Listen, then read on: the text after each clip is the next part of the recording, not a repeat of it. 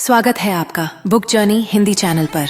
आज हम लेकर आए हैं एक शानदार और रोमांचक कहानी, the adventures of Sherlock Holmes. यह किताब आर्थर कॉनन डॉयल द्वारा लिखी गई है और इसमें मशहूर जासूस शेरलॉक होम्स और उनके साथी डॉक्टर वॉटसन की साहसिक कहानियों का संग्रह है। हर मोड़ पर एक नया शक और हर सुराग एक गहरे राज की ओर ले जाता है। आज आप सुनने जा रहे हैं दुनिया के सबसे मशहूर डिटेक्टिव शर्लॉक होम्स की 12 रहस्यमयी कहानियों की पूरी ऑडियो बुक। यह सिर्फ एक कहानी नहीं, यह है the adventures of Sherlock Holmes complete audio book in Hindi, एक ही वीडियो में शुरू से अंत तक। चैप्टर 1 से लेकर चैप्टर 12 तक हर केस को आवाज, संगीत और सस्पेंस से सजाया गया है। तो पीछे बैठिए, आंखें बंद कीजिए और खो जाइए उस लंदन में जहां अपराध की परतों को खोलता है सिर्फ एक नाम, शर्लॉक होम्स। आज हम इस किताब का पहला चैप्टर अ स्कैंडल इन बोहेमिया आपके लिए लेकर आए हैं। आइए शुरू करते हैं। शर्लॉक होम्स एक मशहूर जासूस था जो अपनी तेज दिमागी और अनोखी सोच के लिए जाना जाता था।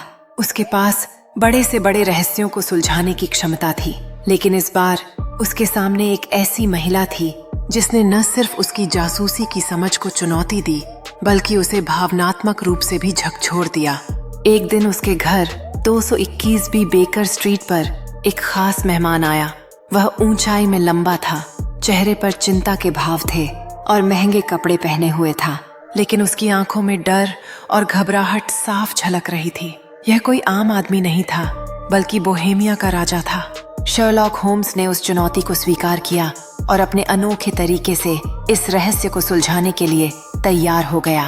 वो जासूस पुलिस से पहले उस महिला को पकड़ने की योजना बनाने लगा, जिससे उसे पता चलेगा कि वह कितनी चालाक है। शर्लॉक ने अपनी चतुराई से उस महिला का सामना करने का संकल्प किया, जिसे वह अब जानना चाहता था कि उसके पास क्या राज है।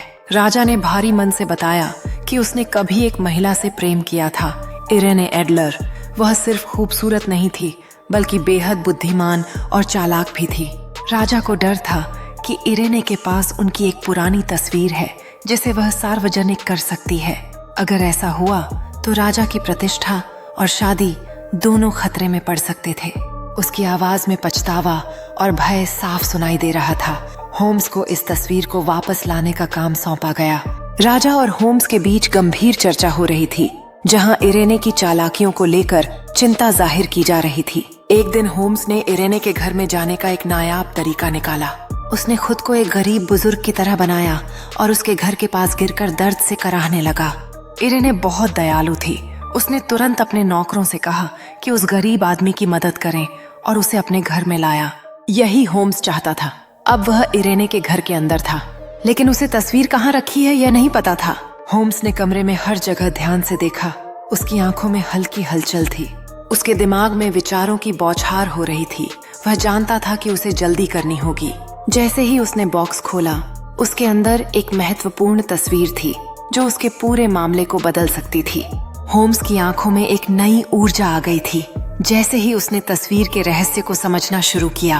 अब होम्स को पता था कि उसे इरेने से सच्चाई के बारे में पूछना होगा।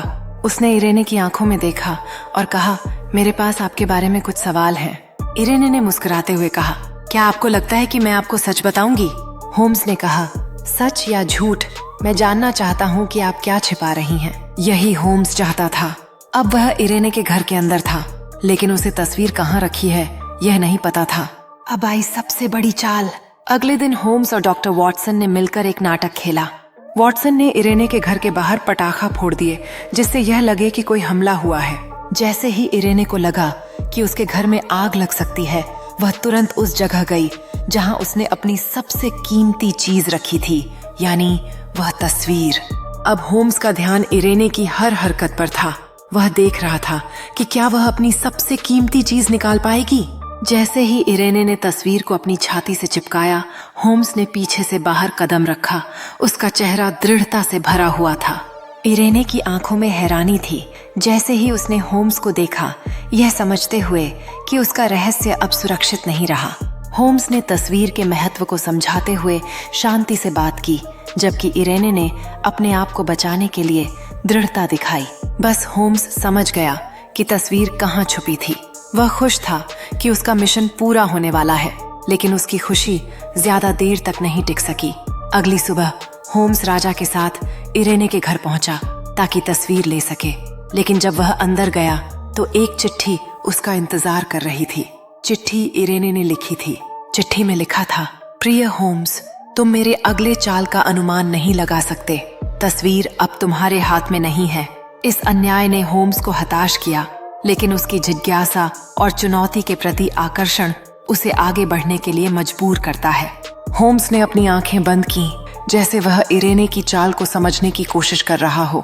ठीक उसी क्षण उसने सोचा कि क्या यह खेल केवल तस्वीर के लिए था या शायद कुछ और जो उससे कहीं ज्यादा महत्वपूर्ण था। शर्लॉक होम्स, तुम मुझसे बहुत चालाक हो, लेकिन मैं भी कम नहीं। मुझे समझ आ गया था कि तुम मेरी तस्वीर चुराने आए हो, इसलिए मैंने पहले ही घर छोड़ दिया और वह तस्वीर भी अपने साथ ले गई। लेकिन चिंता मत करो, मैं उस तस्वीर का गलत इस्तेमाल नहीं करूंगी। अब मेरी शादी हो चुकी है और मैं अपने पति के साथ खुश हूँ। राजा को अब मुझसे कोई डरने की जरूरत नहीं। जब शर्लॉक ने उन निशानों को देखा तो उसे एहसास हुआ कि उसकी चालाकी की कोई सीमा नहीं है। वह सोच रहा था कि वो क्या योजना बना सकता है, परंतु इस बार उसके सामने एक अद्वितीय महिला थी जिसने उसे मात देने का निश्चित इरादा कर लिया था। शर्लॉक ने अपने आगे क्या आने वाला है इस पर विचार किया। वह जानता था कि सीरिज की इस महिला का रहस्य और भी गहरा है, और जैसे ही वह अपने अगले कदम की योजना बना रहा था, उसने महसूस किया कि उसकी चालाकी केवल एक खेल है जिसमें अभी बहुत कुछ बाकी है। शर्लॉक होम्स यह देखकर हैरान रह गया। यह पहली बार था जब किसी ने उसे हरा दिया था। राजा को राहत मिली क्योंकि अब तस्वीर का खतरा नहीं था, लेकिन होम्स के मन में एक अजीब सा खालीपन रह गया। शर्लॉक होम्स एक बड़ी खिड़की के सामने खड़ा है, बारिश वाली लंदन की सड़क पर, देखते हुए खोए हुए विचारों में। बारिश कांच पर गिर रही है। शर्लॉक होम्स अपने अध्ययन में बैठा है, केस फाइलों के ढेरों से घिरा हुआ है। उसकी भौहें एकाग्रता में सिकुड़ी हुई हैं। वह जवाबों की तलाश कर रहा है। शर्लॉक होम्स अपने अध्ययन में आगे पीछे चल रहा है। गहरे विचारों में आग की रोशनी उसके गंभीर चेहरे को प्रज्वलित कर रही है। शर्लॉक होम्स अचानक डेस्क पर एक अजीब वस्तु पर ध्यान देने के लिए रुकता है। एक मैग्नीफाइंग ग्लास जो जलती हुई आग की रोशनी को दर्शाता है। शर्लॉक होम्स मैग्नीफाइंग ग्लास को उठाता है। उसकी आंखें उस जटिल प्रतीक की गहरी जांच करते हुए संकुचित होती हैं। उसने पहली बार किसी को सिर्फ एक चुनौती के रूप में नहीं, बल्कि एक इंसान के रूप में देखा था। इरेने सिर्फ एक चालाक महिला नहीं थी, बल्कि अपने आत्मसम्मान की रक्षा करने वाली निडर इंसान थी। इस तरह इरेने एडलर ने होम्स को मात दे दी। उसके बाद से होम्स हमेशा इरेने को वह औरत, द वुमन, कहकर याद करता था। उसकी जीत, उसकी बुद्धिमानी और उसकी गरिमा ने होम्स के दिल पर एक अमिट छाप छोड़ दी। यह कहानी हमें बताती है कि सिर्फ ताकतवर होने से जीत नहीं मिलती, बल्कि सच्ची जीत आत्मसम्मान और समझदारी से होती है। इरेने की बुद्धिमानी ने होम्स को चकित कर दिया और उसने महसूस किया कि यह महिला उसकी उम्मीदों और धारणाओं से कहीं अधिक है। एक ऐसा मुकाबला था जिसने उसे अपने जीवन के सबसे गहरे विचारों पर विचार करने पर मजबूर किया। इरेने के द्वारा हासिल की गई जीत ने होम्स को सिखाया कि हर चुनौती का सामना एक नए दृष्टिकोण से करना चाहिए। इस अनुभव ने न केवल उनके प्रतिस्पर्धा को बढ़ाया, बल्कि एक नई समझ भी दी कि असली ताकत क्या होती है। आइए शुरू करते हैं। Red headed league chapter 2। क्या आपने कभी ऐसा अजीब मामला सुना है जहां किसी को सिर्फ लाल बालों की वजह से एक अजीब और गरीब नौकरी दी जाए और फिर अचानक बिना किसी चेतावनी के वह नौकरी गायब हो जाए? यही हुआ लंदन के एक गरीब जाबेज विल्सन के साथ। लेकिन जब मामला शेरलॉक होम्स के पास पहुंचा तो सच्चाई कुछ और ही निकली। एक ऐसा रहस्य जिसे सुनकर आपके रोंगटे खड़े हो जाएंगे। जाबेज विल्सन ने शेरलॉक होम्स को बताया कि उसे एक अजीब नौकरी मिली थी जहां सिर्फ लाल बाल होने की वजह से उसे अच्छे पैसे मिल रहे थे। यह नौकरी अचानक बंद हो गई और इसे समझने के लिए वह अब होम्स के पास आया था। शेरलॉक होम्स ने जाबेज के बयानों का गहराई से विश्लेषण किया और तुरंत कुछ सुरागों की पहचान की। उन्होंने समझा कि इस मामले का सच सिर्फ लाल बालों में नहीं छिपा है, बल्कि कहीं और। जाबेज विल्सन, एक गरीब गिरवी रखने वाला दुकानदार, एक अजीब समस्या लेकर शेरलॉक होम्स के पास आता है। उसकी लाल बाल देखकर उसे रेड हेडेड लीग नाम की संस्था में एक आसान और बढ़िया सैलरी वाली नौकरी दी गई थी। उसे यकीन नहीं हुआ कि ऐसी नौकरी असली हो सकती है, लेकिन पैसे मिल रहे थे तो उसने बिना सोचे समझे काम करना शुरू कर दिया। लेकिन कुछ हफ्तों बाद जब वह रोज की तरह अपने काम पर पहुंचा तो वहां ताला लगा था। जाबेज को कुछ समझ नहीं आया। कोई सुराग नहीं, कोई संपर्क नहीं। अब उसके पास केवल एक ही रास्ता था, महान जासूस शेरलॉक होम्स। शेरलॉक होम्स ने जाबेज के मामले को सुलझाने का संकल्प लिया अपने अद्वितीय कौशल और बुद्धिमत्ता के साथ। वह जाबेज को आश्वस्त करता है कि हर मामले का एक हल होता है, बस उसे ध्यान से देखने की जरूरत है। जैसे जैसे वह सुरागों को जोड़ता है, जाबेज की उम्मीदें और बढ़ जाती हैं। शेरलॉक और वॉटसन को जब जाबेज का मामला साक्षी मिला तो उनकी जांच चालू हो गई। वे लंदन की धुंध में आगे बढ़ते हैं, हर कोने में संभावित सुरागों की तलाश करते हुए। होम्स ने पूरे ध्यान से जाबेज की कहानी सुनी और धीरे से मुस्कुराया। उसके दिमाग में कुछ क्लिक हुआ। उसने तुरंत अपने दोस्त डॉक्टर वॉटसन को बुलाया और कहा, यह कोई मामूली मामला नहीं है, बल्कि यह एक बड़ी साजिश का हिस्सा है। फिर वह जाबेज विल्सन की दुकान पर पहुंचा और बड़ी बारीकी से उसका निरीक्षण किया। खासकर उसके सहायक विंसेंट स्पॉल्डिंग पर उसकी नजरें टिकी। होम्स ने महसूस किया कि स्पॉल्डिंग हमेशा बेसमेंट में ज्यादा समय बिताता था। अब समझ आया। होम्स ने धीरे से कहा, एक हल्की सुबह की रोशनी में लंदन की एक भीड़ भाड़ वाली सड़क, जहां कई दुकानें और पैदल चलने वाले लोग हैं जो चोरी के आसन्न खतरे से अनजान हैं, जबकि शर्लक होम्स अपनी मैग्नीफाइंग ग्लास के साथ एक सुराग पर ध्यान केंद्रित करते हैं। एक छायादार गली में जॉन क्ले और उसके सहयोगी सुरंग के प्रवेश द्वार के पास झुककर बैठे हैं।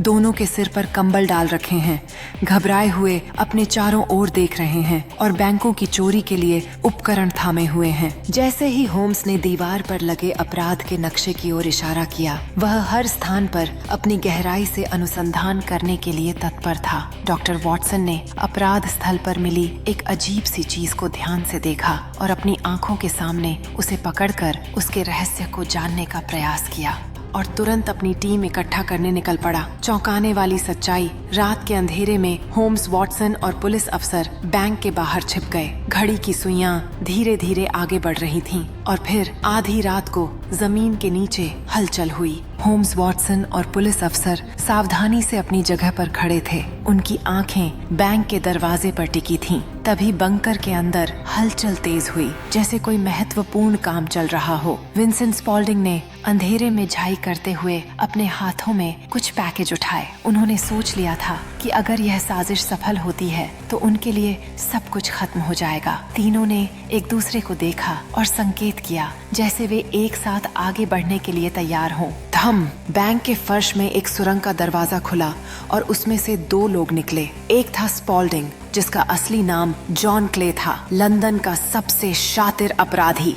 जैसे ही उन्होंने तिजोरी खोलने की कोशिश की, होम्स और पुलिस ने उन पर धावा बोल दिया। खेल खत्म मिस्टर क्ले, होम्स ने मुस्कुराते हुए कहा। अपराध का असली रहस्य असल में रेड हेडेड लीग एक झूठ था। यह सब एक चाल थी जिससे विल्सन को उसकी दुकान से दूर रखा जा सके, ताकि स्पॉल्डिंग और उसका साथी बैंक तक सुरंग खोद सकें। अगर होम्स समय रहते यह राज नहीं खोलता तो अगली सुबह बैंक की तिजोरी खाली होती। जब डॉक्टर वॉटसन ने होम्स से पूछा कि उसने इतनी जल्दी यह रहस्य कैसे सुलझा लिया, तो होम्स मुस्कुराया और बोला, जब भी कुछ बहुत ज्यादा अजीब लगे तो समझ लो कि कोई बड़ी चालाकी खेली जा रही है। और इस तरह एक साधारण दिखने वाला मामला असल में एक खतरनाक बैंक डकैती का प्लान निकला। लेकिन होम्स की तेज नजरों से कोई भी अपराध छुप नहीं सकता था। निष्कर्ष यह कहानी हमें बताती है कि हर रहस्य के पीछे कोई न कोई सच्चाई छिपी होती है। कभी कभी चीजें जितनी दिखती हैं उससे कहीं ज्यादा गहरी होती हैं। तो दोस्तों, अगर आपको ये कहानी पसंद आई तो इसे शेयर करें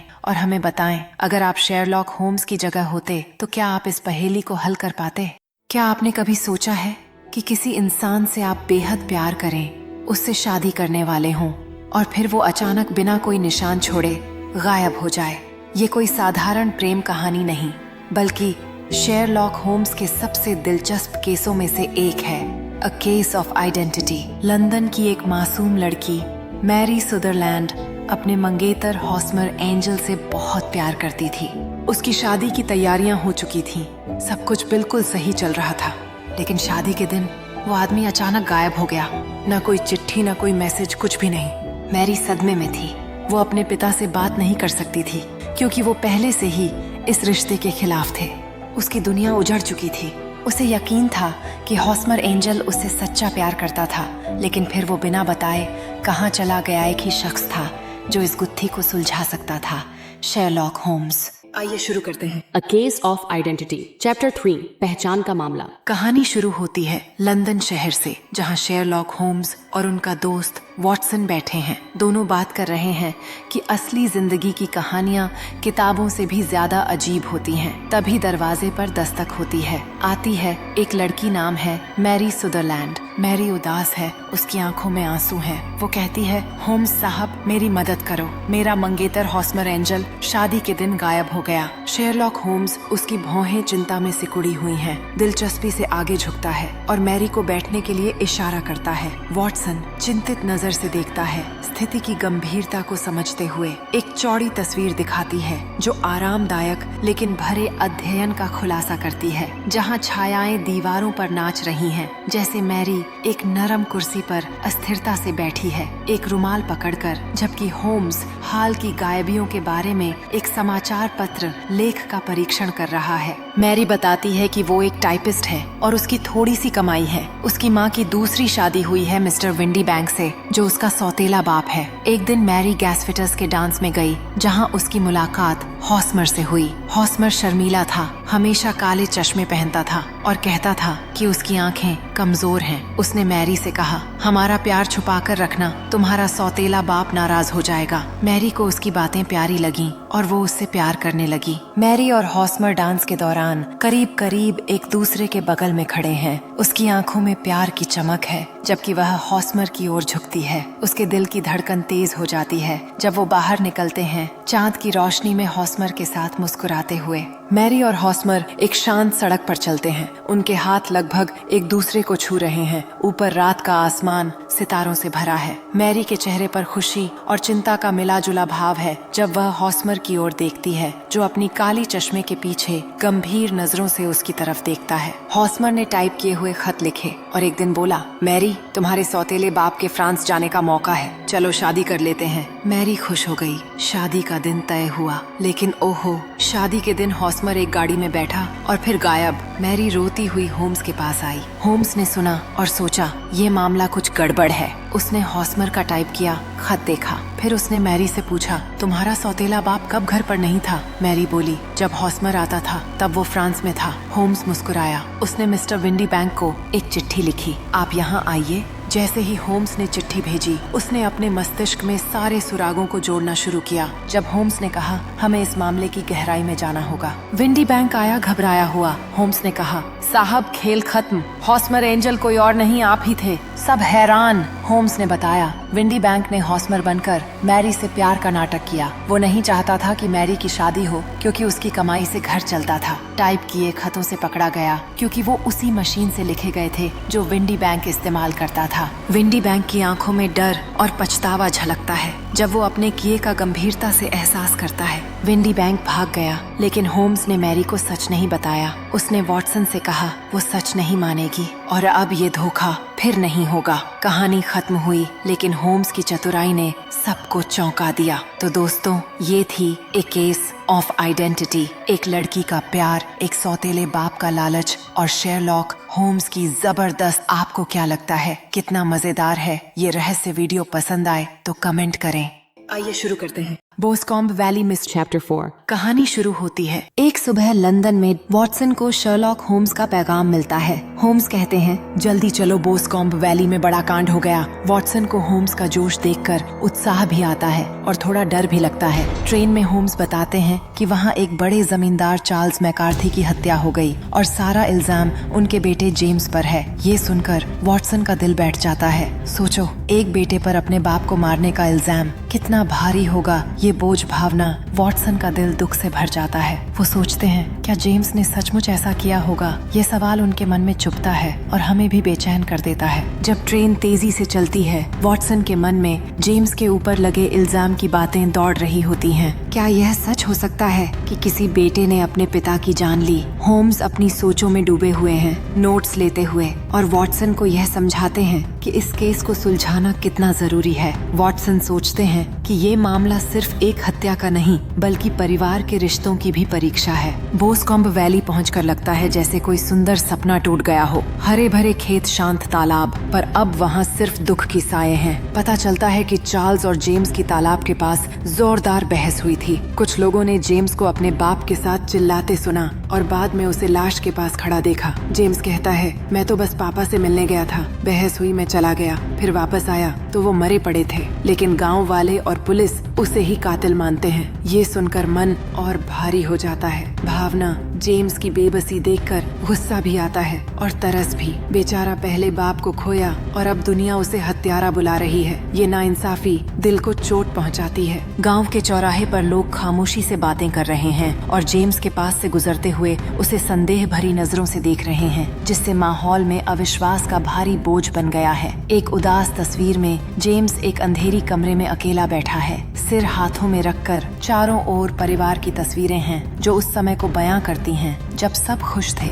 लेकिन अब वह समय कभी लौटने वाला नहीं। होम्स का जादू। शर्लॉक होम्स अब अपने रंग में आते हैं। वो तालाब के पास हर छोटी बड़ी चीज को गौर से देखते हैं। जमीन पर निशान, पत्थर, घास, सब कुछ। उनकी आंखें जैसे हर राज को भेद देती हैं। वो एक भारी पत्थर को हथियार समझते हैं, पर कुछ और सुराग जैसे अजीब निशान और किसी की चीख की बात उनके दिमाग में घूमने लगते हैं। वॉटसन को होम्स पर यकीन है कि वो सच ढूंढ ही लेंगे। भावना होम्स का ये जोश देखकर दिल में उम्मीद जगती है। लगता है अगर कोई जेम्स को बचा सकता है तो वो सिर्फ होम्स हैं। उनका हर कदम हमें रोमांच से भर देता है। हालात जरा गंभीर हो जाते हैं जब होम्स की नोटबुक में और सुराग भरने लगते हैं। वो तालाब के चारों ओर गहराई से सोचते हैं और वॉटसन उन्हें देखता है, जानता है कि ये पल उनका जीवन बदल सकता है। हर छाया, हर ध्वनि उनके ध्यान को खींचती है। वॉटसन का दिल तेजी से धड़कता है। राज खुलता है। होम्स धीरे धीरे सारी कड़ियां जोड़ते हैं। पता चलता है कि चार्ल्स मैकार्थी का पुराना इतिहास कुछ ठीक नहीं था। उनके पड़ोसी जॉन टर्नर के साथ उनका ऑस्ट्रेलिया में पुराना कनेक्शन था। टर्नर अब तो बड़े जमींदार हैं, पर पहले वो डाकुओं के साथ थे। चार्ल्स टर्नर को उनके अतीत की धमकी देकर पैसे ऐंठ रहे थे। उसी सिलसिले में तालाब के पास उनकी मुलाकात हुई थी। भावना ये सुनकर टर्नर के लिए दुख होता है। वो अपने पुराने गुनाहों की सजा तो भुगत चुके थे, पर चार्ल्स का लालच उन्हें चैन नहीं लेने दे रहा था। ये डर और मजबूरी मन को कचोटती है। होम्स ने अपने नोट्स में लिखा कि चार्ल्स के पैसे ऐंठने की योजना कितनी खतरनाक हो सकती है। टर्नर की आंखों में आंसू थे क्योंकि उसे अपनी पुरानी जिंदगी को फिर से जीने का डर सता रहा था। अब वह एक सफल जमींदार है, लेकिन उसके अतीत के गुनाह उसके पीछे आ रहे हैं। चार्ल्स द्वारा दी गई धमकी ने सारी रात उसे चैन से सोने नहीं दिया। टर्नर अपने सामर्थ्य और अपने अतीत की खामियों के बीच संघर्ष कर रहा था। असली सच और प्यार का बलिदान। अंत में होम्स टर्नर से अकेले में मिलते हैं। टर्नर रोते हुए कबूल करते हैं, मैंने चार्ल्स को मारा। वो मेरी बेटी एलिस को बर्बाद करने की धमकी दे रहा था। टर्नर बीमार है और ज्यादा दिन नहीं जिएंगे। वो होम्स से कहते हैं, मेरी बेटी को मेरे गुनाह की सजा मत दो। होम्स का दिल भी पिघल जाता है। वो जेम्स को बचाने के लिए सबूत जुटाते हैं, पर टर्नर का राज छुपा रखते हैं। जेम्स छूट जाता है और एलिस को अपने बाप के अतीत का दुख नहीं सहना पड़ता। भावना टर्नर का अपनी बेटी के लिए प्यार देखकर आंखें नम हो जाती हैं। वो खुद को कुर्बान करके भी एलिस को बचा गए और होम्स का ये इंसानी फैसला, सच को छुपाकर किसी का भला करना, दिल को सुकून देता है। जैसे ही होम्स जेम्स का बचाव करने के लिए अपने तरीके से रास्ता निकालता है, उसकी आंखों में संघर्ष का संकेत होता है। वो खुद को एक दुविधा में पाते हैं, सच्चाई या किसी की रक्षा करना। दूसरी ओर एलिस पार्क में आराम करती है, अपने जीवन की सरलता में संतुष्ट। होम्स जानते हैं कि उनका यह निर्णय उसकी जिंदगी पर गहरा असर डालेगा। प्यार और बलिदान का यह कर्ज हमेशा उनके दिल में रहेगा और इसी के साथ वे आगे बढ़ते हैं, भविष्य के बारे में सोचते हुए। आखिरी बात, बोस्कॉम्ब वैली मिस्ट्री सिर्फ हत्या का काला पुलिस वाला किस्सा नहीं है। ये एक ऐसी कहानी है जो प्यार, दुख और बलिदान से भरी है। इसमें एक बेटे की बेबसी है, एक बाप की बेटी के लिए कुर्बानी है और होम्स का वो दिल जो सिर्फ दिमाग से नहीं बल्कि इंसानियत से भी सोचता है। ये कहानी बताती है कि सच हमेशा आसान नहीं होता, पर प्यार उसे और खूबसूरत बना देता है। अंतिम भाव कहानी खत्म होने पर मन में राहत सी महसूस होती है। जेम्स को इंसाफ मिला, टर्नर ने अपनी बेटी को बचा लिया और होम्स ने इंसानियत की मिसाल कायम की। ये कहानी दिल को छूकर एक गर्माहट सी देती है, जैसे कोई पुराना दोस्त गले लगाकर कहे सब ठीक हो जाएगा। लेकिन रुकिए, होम्स के और भी धमाकेदार राज हमारी जेब में हैं। अगर ये आपको पसंद आया तो देर मत करो, हमारे चैनल को सब्सक्राइब कर दो, लाइक्स की झड़ी लगा दो और अपने दोस्तों, यारों, यहाँ तक कि पड़ोसियों के साथ भी शेयर करो। Chapter 5 The Five Orange Pips. London की एक सर्द अंधेरी रात। सड़कें कोहरे से ढकी हैं। बारिश की बूंदें खिड़कियों पर दस्तक दे रही हैं, मानो कोई रहस्य खोलने की कोशिश कर रहा हो। एक जवान लड़का तेजी से बेकर स्ट्रीट की ओर भाग रहा है। उसकी सांसें तेज हैं, चेहरा डर से पीला। उसके हाथ में एक पुराना लिफाफा है जिसमें सिर्फ 5 संतरे के बीज और 3 अक्षर लिखे हैं, के। ये बीज नहीं, मौत का पैगाम है। यशवंत घबराते हुए खुद से, पहले चाचा, फिर पिताजी, अब मैं नहीं, मुझे शर्लक होम्स से मिलना ही होगा, वही मेरी आखिरी उम्मीद है। यशवंत 221 बेकर स्ट्रीट पहुंचता है। शर्लक होम्स, वॉटसन आग के पास बैठे हैं। यशवंत की घबराहट देखकर होम्स की आंखें सतर्क हो जाती हैं। यशवंत हाँफते हुए, मिस्टर होम्स, मेरी मदद कीजिए, मेरे परिवार पर मौत मंडरा रही है। ये देखिए, लिफाफा थमाते हुए, 5 संतरे के बीज और ये अक्षर के। मेरे चाचा और पिताजी को भी यही मिला था, दोनों अब नहीं हैं। वॉटसन हैरानी से, संतरे के बीज, ये तो कोई बच्चों का खेल लगता है। यशवंत के हाथों से लिफाफा गिरता है और संतरे के बीज जमीन पर बिखर जाते हैं। शर्लक होम्स अपनी कुर्सी से थोड़ा आगे झुकते हैं। उनकी आंखें इन बीजों पर गहरी नजर डालती हैं। वॉटसन चकित होकर पूछते हैं, क्या ये बीज आपके परिवार के लिए खतरा है? यशवंत अपनी आवाज में कंपकंपी लाते हुए बताता है, मेरे चाचा और पिताजी ने भी इन्हें पाया था और उसके बाद उनकी हत्या हो गई। मुझे डर है कि मैं अगला हूँ। शर्लक होम्स गौर से संतरे के बीज को देखते हुए कहते हैं, यह मामला बेहद गंभीर है वॉटसन, हमें तुरंत कार्रवाई करनी होगी। होम्स गंभीरता से, नहीं वॉटसन, ये खेल नहीं, एक खतरनाक चेतावनी है। यशवंत, सब कुछ बताओ, कोई बात मत छुपाओ। यशवंत आवाज में डर, 7 साल पहले मेरे चाचा इलियास को ऐसा ही लिफाफा मिला। वह अमेरिका से लौटे थे, हमेशा डरे डरे रहते थे। लिफाफा देखकर वह और घबरा गए। उन्होंने अपने कुछ गुप्त कागजात जलाए। फिर एक रात वह सीढ़ियों से गिरकर मर गए। पुलिस ने कहा दुर्घटना, लेकिन मुझे यकीन है कोई उन्हें मारना चाहता था। 2 साल बाद मेरे पिताजी को भी ऐसा लिफाफा मिला। वह मुझसे कुछ नहीं बोले, लेकिन मैंने उनका डर देखा। 1 हफ्ते बाद वह खदान में गिरकर मर गए और अब ये लिफाफा मेरे पास आया। होम्स चिंतित, ये चिट्ठियाँ सिर्फ एक इत्तला नहीं है, बल्कि एक खतरा है, हमें तुरंत कार्रवाई करनी होगी। वॉटसन, क्या आप सोचते हैं कि यह सब एक समान साजिश है? यशवंत, मैंने इससे पहले अपने परिवार में इस तरह की घटनाएं देखी हैं। मुझे डर है कि मैं अगला हो सकता हूँ। होम्स, लिफाफे में और क्या था? यशवंत, एक छोटी चिट्ठी, उसमें लिखा है, कागजात धूप घड़ी पर रख दो, लेकिन मुझे नहीं पता कौन से कागजात। चाचा के पास कुछ पुराने दस्तावेज थे, शायद वही चाहिए। होम्स सोचते हुए, के ये कू क्लक्स क्लैन है, अमेरिका की एक खतरनाक गुप्त संस्था। तुम्हारे चाचा शायद इसके सदस्य थे। ये बीज उनकी चेतावनी है, हमें फौरन काम शुरू करना होगा। होम्स ने तुरंत उठते हुए अपने डेरस्टालर हैट और कोट पहनने लगे, जैसे वह एक नई जांच पर निकलने के लिए तैयार हो रहे हों।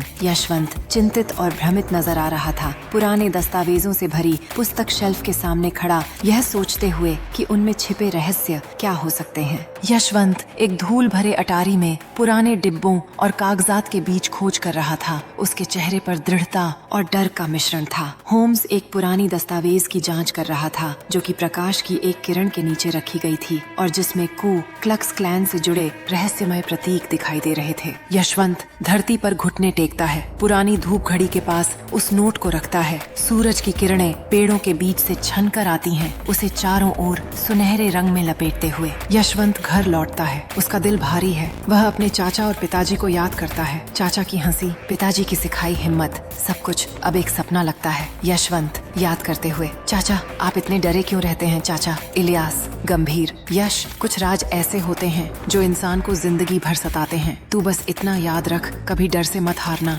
यशवंत की आंखें नम हैं, वह सोचता है, पिताजी आपने कहा था हिम्मत मत हारो, लेकिन ये डर, ये बीज मुझे तोड़ रहे हैं। वह होम्स की सलाह मानता है। घर में पुरानी धूप घड़ी के पास एक नोट रखता है जिसमें लिखता है, कागजात जल गए। होम्स लंदन के बंदरगाह की ओर जाता है। उसे पता चलता है कि के से जुड़ा एक जहाज लोन स्टार हाल ही में लंदन आया था। होम्स को शक है कि जहाज का कप्तान जेम्स कैलहॉन इस रहस्य के पीछे है। अगले दिन होम्स और वॉटसन यशवंत के घर पहुंचते हैं। होम्स धूप घड़ी की जांच करता है। उसे वहां एक छोटा सा निशान मिलता है, एक जूते का नक्शा। होम्स, वॉटसन, ये जूता अमेरिकी शैली का है। कोई रात को यहाँ आया था। यशवंत, तुम्हें तुरंत सुरक्षित जगह जाना होगा। यशवंत घबराते हुए, लेकिन मिस्टर होम्स, अगर मैं भागा तो वो मुझे ढूंढ लेंगे। मैं थक गया हूँ इस डर से। होम्स दृढ़ता से, हम उन्हें ढूंढ लेंगे यशवंत, तुम मुझ पर भरोसा रखो। होम्स लंदन के बंदरगाह की ओर जाता है। उसे पता चलता है कि के से जुड़ा एक जहाज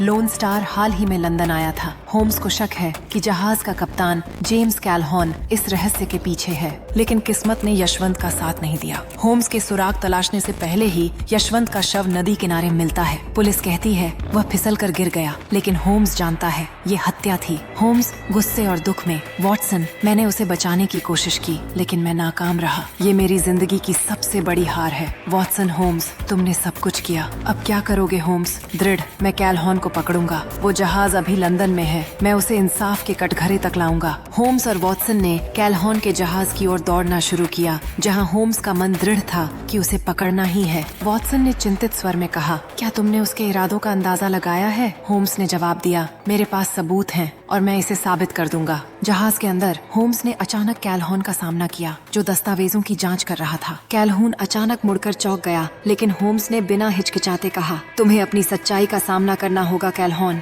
होम्स और वॉटसन एक चट्टानी बंदरगाह पर खड़े हैं, लोन स्टार नामक भव्य जहाज को देखते हुए, जो समुद्र में रवाना होने के लिए तैयार है। होम्स दृढ़ता से आगे की ओर इशारा करते हुए दिखाई दे रहे हैं, जबकि वॉटसन उनके बगल में चिंतित नजर आ रहे हैं, जैसे वह लोन स्टार का पीछा करने की योजना बना रहे हैं। तूफान लोन स्टार पर टूट पड़ा है, जैसे नाविक उसे नियंत्रित करने के लिए संघर्ष कर रहे हैं, और जहाज ऊंची लहरों से वायलेंटली हिल रहा है। जैसे ही लोन स्टार विशाल लहरों के खिलाफ संघर्ष कर रहा है, नाविक संकट में है और पानी ने डेक पर चढ़ना शुरू कर दिया है। होम्स समंदर की ओर देखते हुए गंभीर मुद्रा में खड़े हैं और उनकी आंखों में गहरी उदासी है, जैसे वह जहाज और उसके चालक दल के नुकसान पर विचार कर रहे हों। होम्स वॉटसन से बात करते हुए दिखाई देते हैं। उनके चेहरे पर गहरी उदासी है, जैसे वह यशवंत को मिले न्याय और समुद्र की सजा पर विचार कर रहे हों। कुछ रहस्य हमेशा रहस्य ही रह जाते हैं और कुछ इंसाफ कभी पूरा नहीं होता।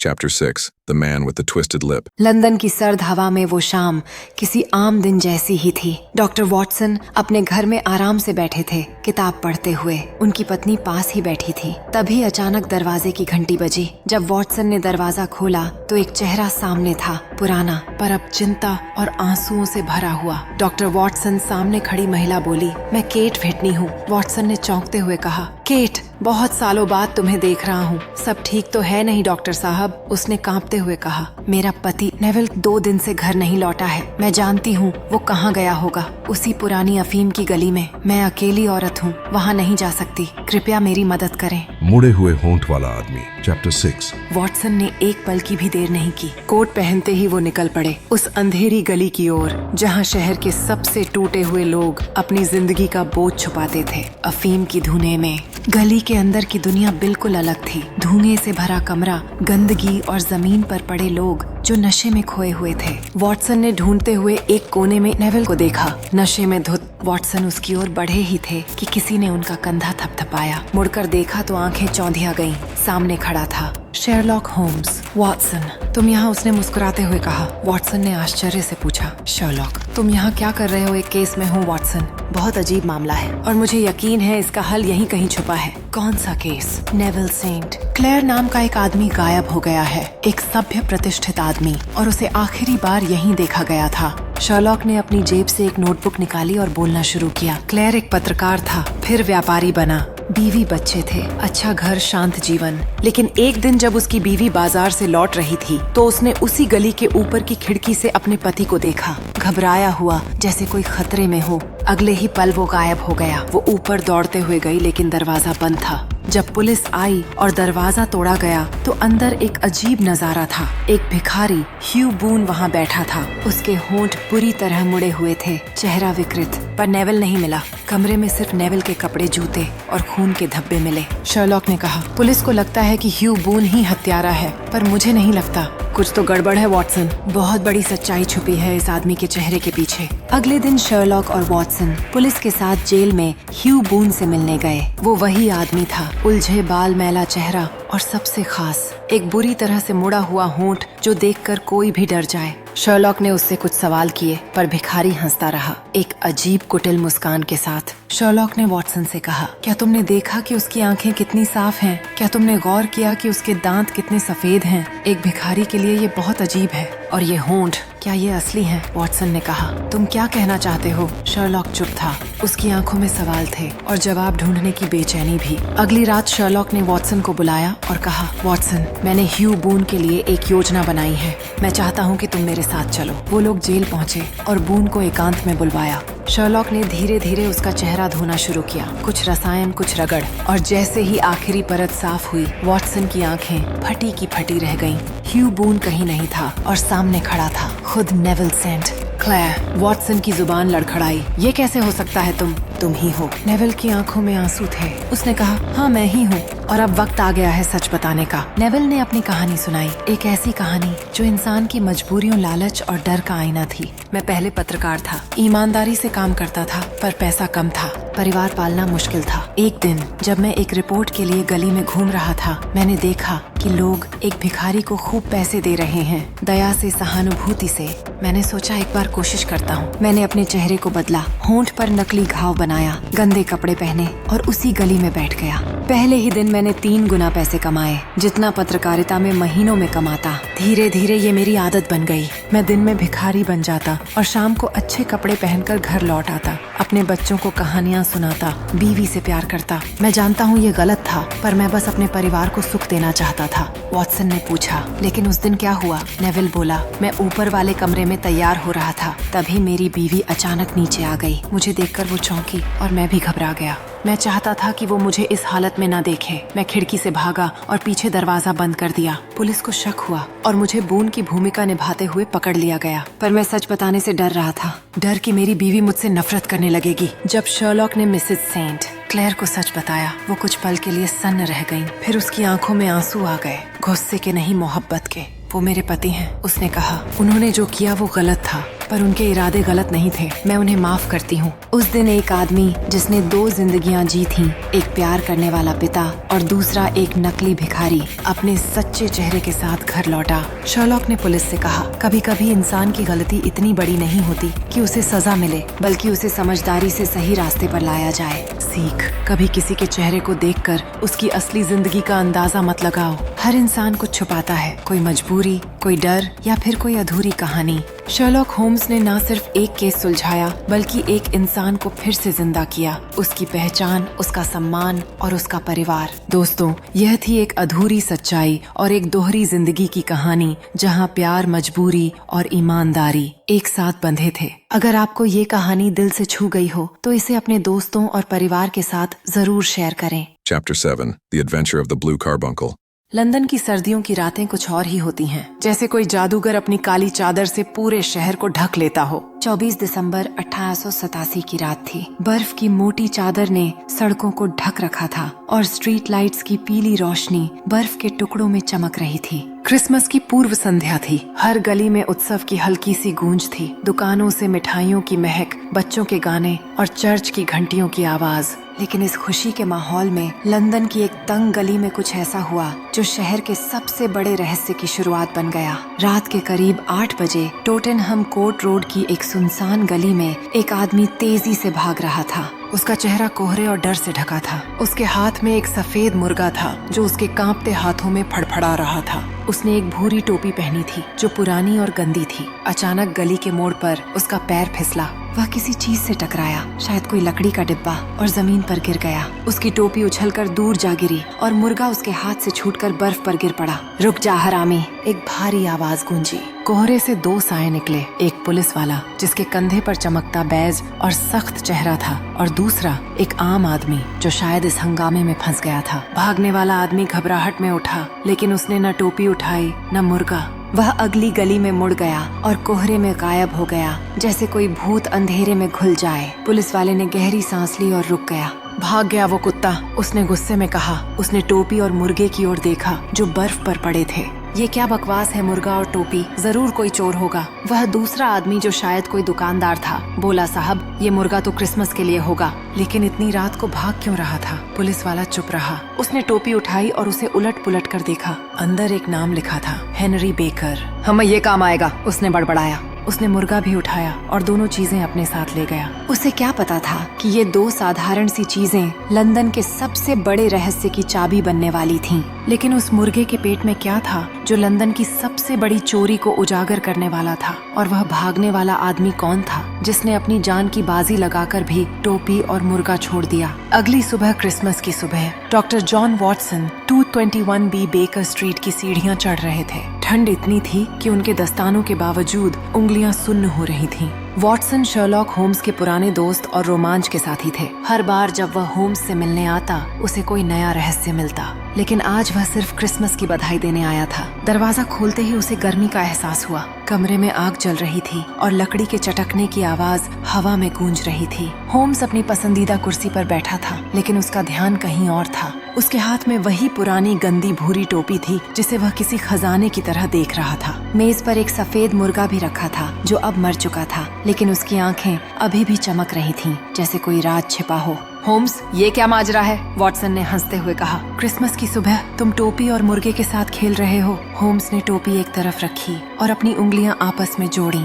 उसकी आंखों में वही चमक थी जो तब आती थी जब वह किसी बड़े रहस्य के करीब होता था। वॉटसन मेरे दोस्त, ये कोई साधारण टोपी नहीं है, और ये मुर्गा, इसके पेट में लंदन की सबसे कीमती चीज छिपी थी। जैसे ही होम्स ने मुर्गे को ध्यान से देखा, उसने उसकी हरकतों में कुछ अजीब पाया। वॉटसन ने महसूस किया कि अभी भी कई सवाल हैं जिन्हें हल करना है। उन्होंने अपने चारों ओर की किताबें देखीं, उम्मीद करते हुए कि शायद इनमें कुछ सुराग हो। होम्स, वॉटसन ने कहा, क्या तुम सोचते हो कि ये सब एक नरसंहार से जुड़ा हो सकता है? होम्स ने अपनी आंखों के किनारे से मुस्कान छोड़ी और जवाब दिया, हर सुराग हमें उस आदमी तक लाएगा। हमें बस सही दिशा में बढ़ना होगा। होम्स ने मुस्कुराते हुए कहा, ये मेरे दोस्त एक मुर्गे के पेट से निकला। वॉटसन की आंखें और चौड़ी हो गईं। मुर्गे के पेट से? होम्स, तुम मजाक कर रहे हो। बिल्कुल नहीं, होम्स ने कहा और कहानी शुरू की। उसने बताया कि ये टोपी और मुर्गा एक पुलिस वाले ने लाया था जो पिछली रात एक छोटे से हंगामे में मिले थे। एक आदमी भाग रहा था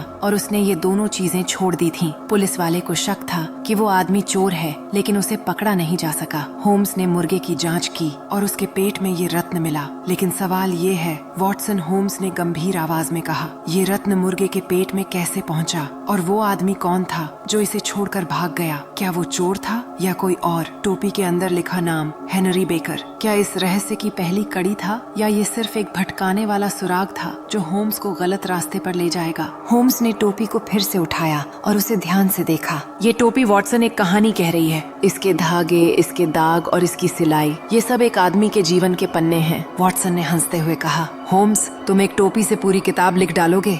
होम्स ने उसकी बात को नजरअंदाज किया और टोपी की जांच शुरू की। उसने बताया कि टोपी पुरानी थी, लेकिन कभी महंगी थी। इसके धागों में मोम के दाग थे जो बताते थे कि इसका मालिक अक्सर रात में पड़ता था। टोपी के अंदर का पसीना और बालों का तेल ये दिखाता था कि मालिक अधेड़ उम्र का था और पैसे की तंगी से जूझ रहा था। और ये नाम, होम्स ने टोपी के अंदर लिखे नाम हेनरी बेकर की ओर इशारा किया। ये हमें हमारे पहले सुराग तक ले जाएगा। होम्स ने फटाफट एक योजना बनाई। उसने अखबार में एक विज्ञापन छपवाया, खोया हुआ सामान। अगर कोई सज्जन अपनी भूरी टोपी और सफेद मुर्गा खो चुके हों, कृपया 211B बेकर स्ट्रीट पर संपर्क करें। वॉटसन को ये सब थोड़ा अजीब लगा। होम्स, क्या तुम्हें लगता है कि वो आदमी सचमुच आएगा? अगर वो चोर था तो वापस क्यों आएगा? यही तो मजेदार है, वॉटसन, होम्स ने कहा। अगर वो चोर था तो वो नहीं आएगा, लेकिन अगर वो बेकसूर है तो वो जरूर आएगा। और अगर वो नहीं आया तो हमारा अगला कदम तैयार है। अगले दिन दोपहर को 201 बी बेकर स्ट्रीट का दरवाजा खटखटाया गया।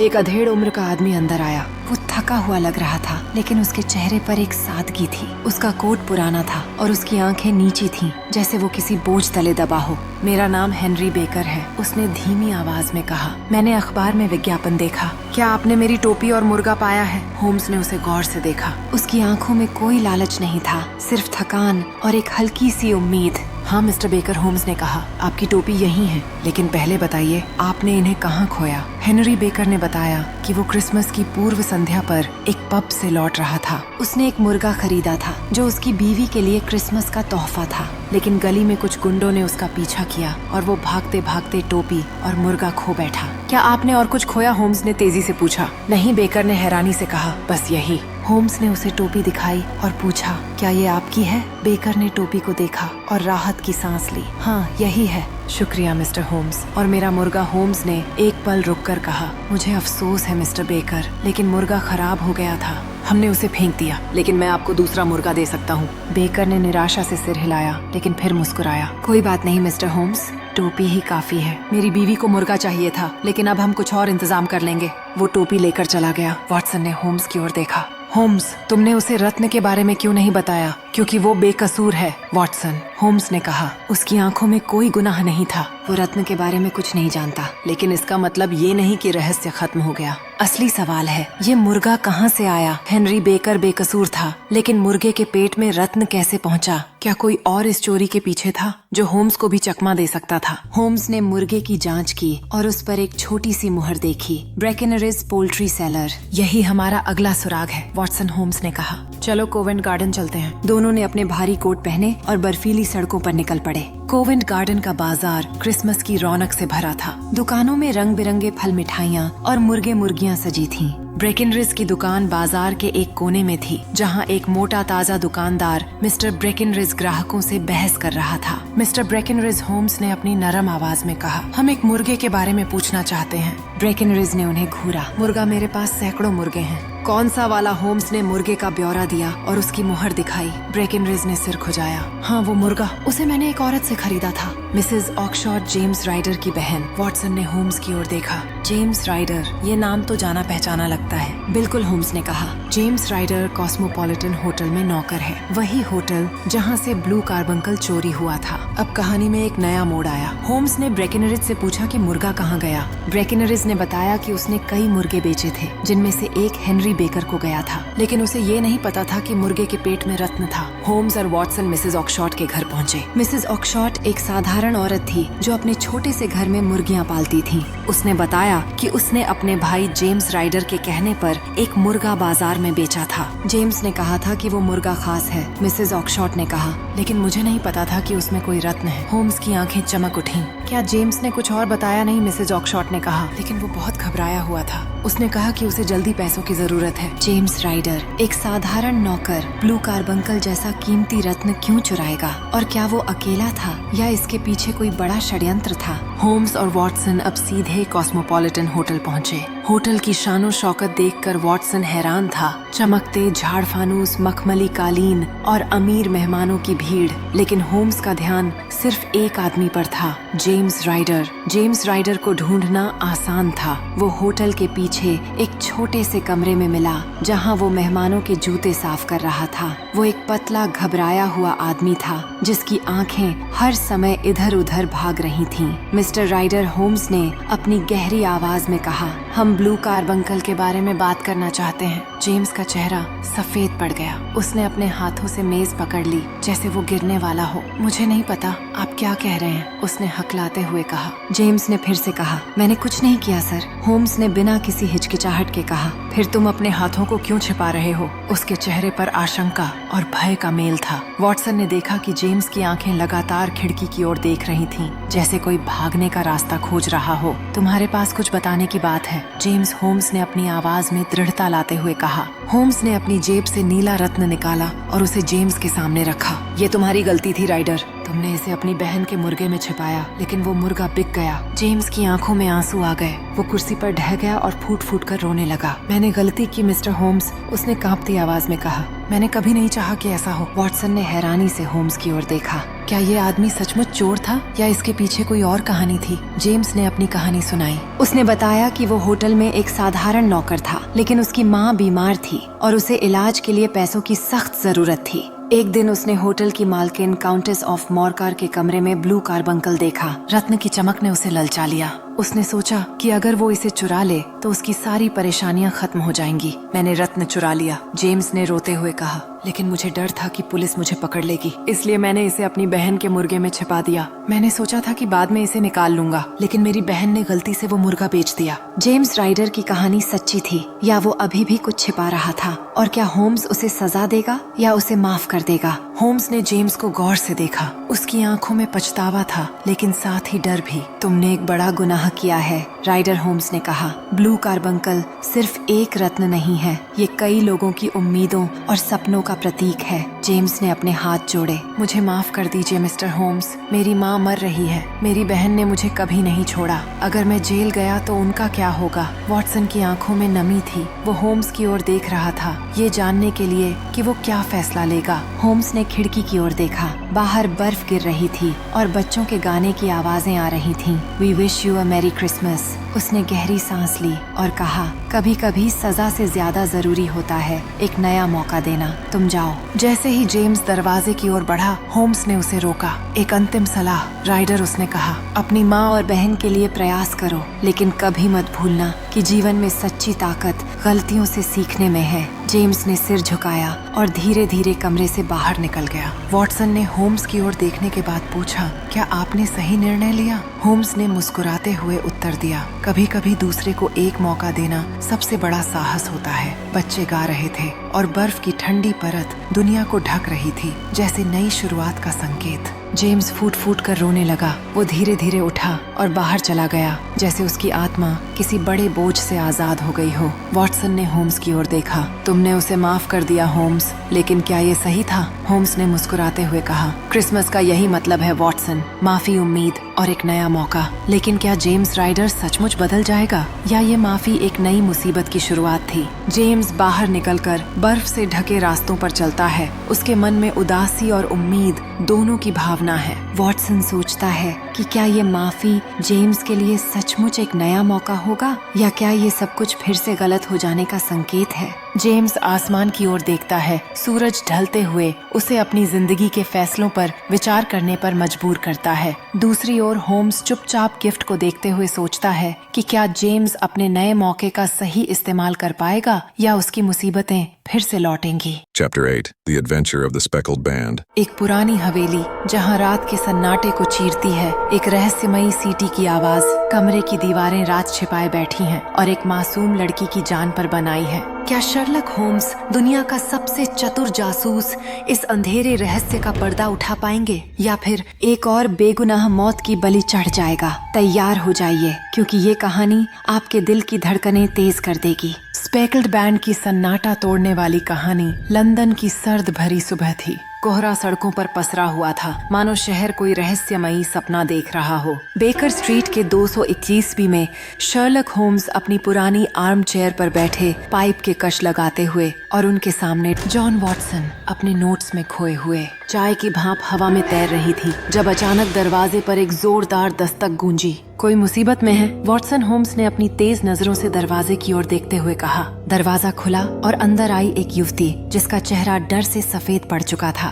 उसकी आंखों में खौफ था और हाथ कांप रहे थे। मेरा नाम हेलेन स्टोनर है, उसने कांपती आवाज में कहा। मुझे आपकी मदद चाहिए होम्स साहब, वरना मैं भी अपनी बहन की तरह मर जाऊंगी। वॉटसन ने उसे सोफे पर बिठाया और होम्स ने अपनी पैनी नजरों से उसे देखा। शांत होकर सब बताइए मिस स्टोनर, उन्होंने कहा। और फिर हेलेन ने एक ऐसी कहानी सुनाई जिसने कमरे की हवा को और ठंडा कर दिया। एक डरावनी हवेली का राज हेलेन स्टोनर और उसकी जुड़वा बहन जूलिया स्टोक मोरन की पुरानी हवेली में अपने सौतेले पिता ग्रिम्सबी रॉयलॉट के साथ रहती थी। यह हवेली कोई आम घर नहीं थी। इसकी दीवारें टूटी फूटी थीं, खिड़कियां चरमराती थीं और बगीचे में जंगली घास उग आई थी। रॉयलॉट, जो कभी भारत में डॉक्टर था, अब एक क्रोधी और अकेला इंसान बन चुका था। उसके पास पैसा नहीं था, लेकिन था एक अजीब शौक, विदेशी जानवर पालने का। हवेली के आसपास एक बबून और एक चीता घूमते थे, जिन्हें देखकर गांव वाले भी डर जाते थे। लेकिन असली डर रॉय लॉर्ड से नहीं, उस हवेली के अंदर छिपे राज से है, हेलेन ने कहा। 2 साल पहले जूलिया की शादी तय हुई थी। वह खुश थी, लेकिन एक रात अचानक उसकी चीख गूंजी। जब हेलेन और रॉय लॉर्ड उसके कमरे में पहुंचे, जूलिया फर्श पर पड़ी थी, उसका चेहरा दर्द से विकृत। मरने से पहले उसने बस इतना कहा, हेलेन, स्पेकल्ड बैंड, और उसकी सांसें थम गईं। डॉक्टरों ने कहा जूलिया की मौत स्वाभाविक थी, लेकिन हेलेन को यकीन था कि कुछ गड़बड़ है। हर रात जूलिया कहती थी कि उसे अपने कमरे में सीटी की आवाज सुनाई देती है। हेलेन ने बताया, और अब जब मेरी शादी तय हुई है, रॉय लॉर्ड ने मुझे उसी कमरे में ठहरा दिया है। होम्स की भौहें तन गईं। और आपने भी वह सीटी सुनी? उन्होंने पूछा। हाँ, हेलेन ने सिर हिलाया। पिछली 2 रातों से जब सब सो जाते हैं, वह आवाज आती है।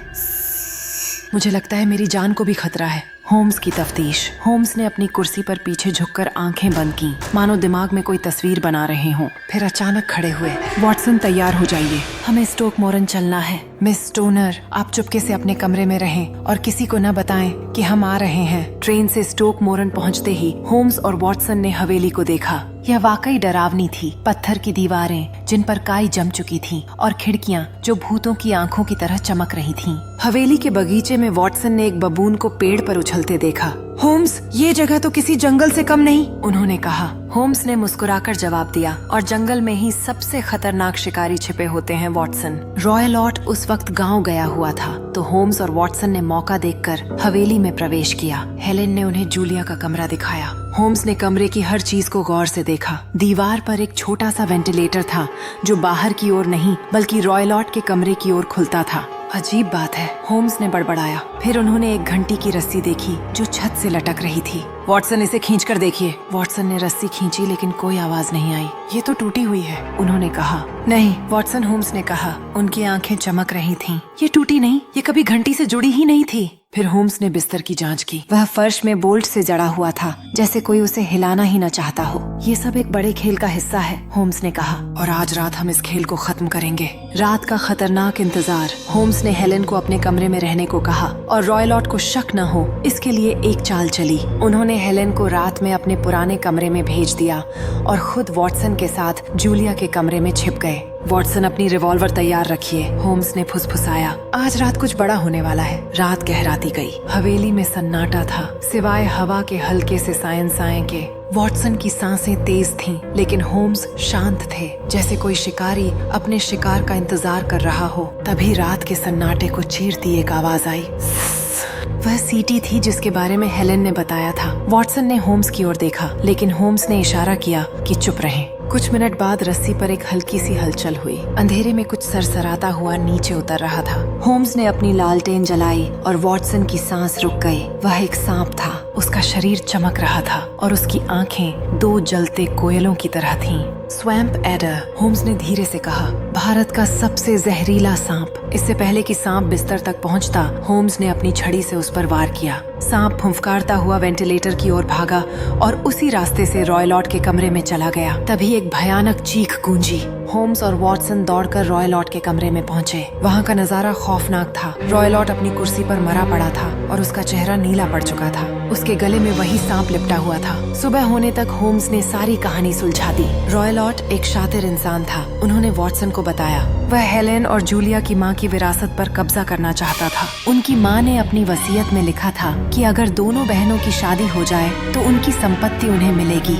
रॉय लॉर्ड ये बर्दाश्त नहीं कर सकता था, इसलिए उसने जूलिया को मार डाला। वॉटसन ने पूछा। बिल्कुल, होम्स ने कहा। उसने अपने भारत के अनुभव का इस्तेमाल किया। वह सांप को सीटी बजाकर बुलाता था और वेंटिलेटर के रास्ते जूलिया के कमरे में भेजता था। सांप रस्सी से उतरता और जूलिया को काट लेता। फिर रॉय लॉर्ड उसे वापस बुला लेता, लेकिन आज रात उसका खेल उसी पर उल्टा पड़ गया। हेलेन की जान बच गई। वह अपनी शादी की तैयारियों में जुट गई और स्टोक मोरन की हवेली का डरावना साया हमेशा के लिए हट गया। और इस तरह दोस्तों, शर्लक होम्स ने एक बार फिर साबित कर दिया कि कोई रहस्य उनकी नजरों से नहीं बच सकता। Chapter 9, The Adventure of the Engineer's Thumb. London की सर्द रातें हमेशा कुछ छुपा कर रखती हैं। नवंबर 1887 की एक ऐसी ही धुंध भरी रात, जब 221B बेकर स्ट्रीट में शेरलॉक होम्स अपनी पाइप पी रहे थे, और तभी दरवाजे पर हुई एक घबराई हुई दस्तक। दरवाजा खुलता है और एक युवक लहूलुहान हालत में अंदर गिर पड़ता है। उसकी कांपती आवाज गूंजती है, मिस्टर होम्स, मुझे आपकी मदद चाहिए। मैं एक भयानक जाल में फंस गया हूँ। और यहीं से शुरू होती है एक रहस्य से भरी खतरनाक कहानी। युवक का नाम था विक्टर हरा, एक 28 वर्षीय इंजीनियर जो अपनी बुद्धिमत्ता और मेहनत के लिए लंदन के वैज्ञानिक हलकों में जाना जाता था। होम्स ने उसे कुर्सी पर बैठने का इशारा किया और शांत स्वर में कहा, श्रीमान हरा, पहले शांत होइए, फिर हमें सब कुछ विस्तार से बताइए। विक्टर ने गहरी सांस ली और अपनी कहानी शुरू की। वह एक साधारण परिवार से था जो पूर्वी लंदन के एक छोटे से घर में रहता था। उसके पिता एक घड़ीसाज थे जिन्होंने उसे यांत्रिकी का पहला पाठ पढ़ाया था। विक्टर की माँ एक स्कूल शिक्षिका थीं, जिनकी मृत्यु उसके बचपन में ही हो गई थी। इस नुकसान ने विक्टर को और मेहनती बना दिया था। उसने इंजीनियरिंग में डिग्री हासिल की और जल्द ही जटिल मशीनों को ठीक करने में अपनी पहचान बना ली। मैंने कभी नहीं सोचा था कि मेरा काम मुझे इतने बड़े खतरे में डाल देगा, विक्टर ने कहा। उसकी आवाज में एक टूटन थी। उसने बताया कि 2 हफ्ते पहले उसे एक रहस्यमय पत्र मिला था। पत्र में एक बड़े प्रोजेक्ट का जिक्र था जिसमें उसे एक जटिल मशीन की मरम्मत के लिए एक हवेली में जाना था। पत्र में लिखा था कि यह काम बेहद गोपनीय है और इसके लिए उसे अच्छी रकम दी जाएगी। विक्टर को यह प्रस्ताव आकर्षक लगा, लेकिन साथ ही कुछ अजीब भी। पत्र में हवेली का पता था, लंदन से कुछ मील दूर एक सुनसान गांव में स्थित ब्लैकवुड हवेली। पत्र पर हस्ताक्षर थे एक मिस्टर क्रॉस के, जो हवेली के मालिक थे। विक्टर ने सोचा कि यह एक सामान्य काम होगा, लेकिन जब वह हवेली पहुंचा तो उसे एहसास हुआ कि वह किसी सामान्य जगह नहीं आया था। विक्टर ने बताया कि हवेली तक पहुंचने के लिए उसे घने जंगल से होकर गुजरना पड़ा। रास्ते में पेड़ों की टहनियां हवा में इस तरह हिल रही थीं, मानो वे उसे चेतावनी दे रही हों। जब वह हवेली के विशाल लोहे के फाटकों के सामने पहुंचा तो उसका दिल तेजी से धड़कने लगा। हवेली पुरानी और जर्जर थी, लेकिन उसमें एक अजीब सी भव्यता थी। इसके पत्थर के स्तंभों पर समय की मार साफ दिख रही थी और खिड़कियों पर लगे शीशे धूल से ढके थे। मैंने फाटक खटखटाया और कुछ देर बाद एक बूढ़ा नौकर बाहर आया, विक्टर ने कहा। उसके चेहरे पर कोई भाव नहीं था और उसने बिना कुछ कहे मुझे अंदर ले लिया। हवेली के अंदर का माहौल और भी डरावना था। लंबे गलियारों में पुराने चित्र टंगे थे, जिनमें चित्रित लोगों की आंखें उसे घूर रही थीं। हवा में एक अजीब सी गंध थी, जैसे पुरानी किताबों, सड़ते लकड़ियों और कुछ और के मिलने से बनी हो। विक्टर को एक बड़े हॉल में ले जाया गया, जहां मिस्टर क्रॉस उसका इंतजार कर रहे थे। मिस्टर क्रॉस एक लंबा पतला व्यक्ति था, जिसके बाल सफेद थे और आंखें गहरी काली। उसकी आवाज में एक ठंडक थी जो विक्टर को असहज कर रही थी। श्रीमान हरा, आपका स्वागत है, क्रॉस ने कहा। आपको एक मशीन ठीक करनी है। यह मशीन मेरे लिए बहुत महत्वपूर्ण है और मुझे यकीन है कि आप इसे समय पर पूरा करेंगे। विक्टर को मशीन के बारे में ज्यादा जानकारी नहीं दी गई। उसे केवल इतना बताया गया कि यह एक वैज्ञानिक प्रयोग का हिस्सा है और इसे तुरंत ठीक करना होगा। मशीन हवेली के तहखाने में थी और जब विक्टर वहां पहुंचा तो उसे एक विशाल जटिल यंत्र दिखा। यह मशीन पुरानी थी, लेकिन इसके हिस्से आधुनिक तकनीक से बने थे। इसके तार, गियर्स और पाइप एक अजीब तरह का जाल बुन रहे थे। विक्टर ने मशीन पर काम शुरू किया, लेकिन उसे हर पल ऐसा लग रहा था कि कोई उसे देख रहा है। तहखाने की दीवारों से अजीब सी आवाजें आ रही थीं, कभी हल्की सी खटपट, कभी किसी के कदमों की आहट। उसने कई बार पीछे मुड़कर देखा, लेकिन वहाँ कोई नहीं था। मैंने सोचा कि शायद यह मेरे दिमाग का वहम है, विक्टर ने होम्स को बताया, लेकिन फिर मुझे कुछ और हुआ। एक रात जब वह देर तक काम कर रहा था, मशीन अचानक चालू हो गई। इसके गियर्स तेजी से घूमने लगे और एक तेज आवाज ने पूरे तहखाने को हिला दिया। विक्टर ने घबराकर मशीन को बंद करने की कोशिश की, लेकिन उसकी उंगली एक गियर में फंस गई। दर्द से चिल्लाते हुए उसने अपनी उंगली छुड़ाई, लेकिन तब तक उसका हाथ खून से लथपथ हो चुका था। वह घबराकर तहखाने से बाहर भागा, लेकिन हवेली के गलियारों में उसे ऐसा लगा जैसे कोई उसका पीछा कर रहा हो। वह मिस्टर क्रॉस के पास गया और चिल्लाया, ये मशीन क्या है? आप मुझसे क्या छुपा रहे हैं? क्रॉस ने ठंडे स्वर में जवाब दिया, शांत हो जाओ हरा, यह केवल एक दुर्घटना थी। मशीन को ठीक करो और सब ठीक हो जाएगा। लेकिन विक्टर को अब यकीन हो चुका था कि यह कोई साधारण काम नहीं था। उसने हवेली से भागने का फैसला किया और किसी तरह लंदन पहुंचकर शेरलॉक होम्स के पास आया। विक्टर की कहानी सुनकर होम्स की आंखें सिकुड़ गईं। उन्होंने वॉटसन की ओर देखा और कहा, यह मामला दिलचस्प है वॉटसन। एक जटिल मशीन, एक रहस्यमयी हवेली और एक डरा हुआ इंजीनियर। हमें तुरंत ब्लैकवुड हवेली जाना होगा। होम्स, वॉटसन और विक्टर अगली सुबह हवेली के लिए रवाना हुए। रास्ते में होम्स ने विक्टर से हवेली और मिस्टर क्रॉस के बारे में और सवाल किए। विक्टर ने बताया कि क्रॉस की बातों में एक अजीब सी तीव्रता थी और वह कभी कभी ऐसी बातें करता था जो समझ से परे थीं। जैसे ही वे ब्लैकवुड हवेली के करीब पहुंचे, विक्टर ने एक अजीब सी सुगंध महसूस की, मानो हवेली की दीवारों में रहस्यों की गंध हो। होम्स ने सावधानी से इधर उधर देखा और कहा, हर कदम पर हमें सतर्क रहना होगा विक्टर। जब उन्होंने दरवाजा खोला तो सर्द हवा ने उनका स्वागत किया और अदृश्य घड़ी की टिक-टिक सुनाई दी। अंदर जाते ही उन्हें हवेली की दीवारों पर पुरानी तस्वीरें नजर आईं जो उनकी कहानी बताती थीं। अचानक क्रॉस का चेहरा धुंधले प्रकाश में प्रकट हुआ और उसने कहा, आप आए हैं, लेकिन क्या आप तैयार हैं सच जानने के लिए? जब वे हवेली पहुंचे तो होम्स ने सबसे पहले आसपास के इलाके का मुआयना किया। उन्होंने देखा कि हवेली के आसपास कोई भी नहीं रहता था और नजदीकी गांव भी कई मील दूर था। यह जगह किसी रहस्य को छुपाने के लिए एकदम सही है, होम्स ने कहा। हवेली के अंदर पहुंचते ही होम्स ने हर छोटी बड़ी चीज पर गौर किया। उन्होंने दीवारों पर लगे चित्रों, फर्श पर पड़े धूल के निशानों और गलियारों की बनावट को ध्यान से देखा। तहखाने में पहुंचकर उन्होंने मशीन का बारीकी से निरीक्षण किया। यह मशीन कोई साधारण यंत्र नहीं है, वॉटसन, होम्स ने कहा। इसके हिस्सों में कुछ ऐसी तकनीक है जो अभी तक आम नहीं हुई है।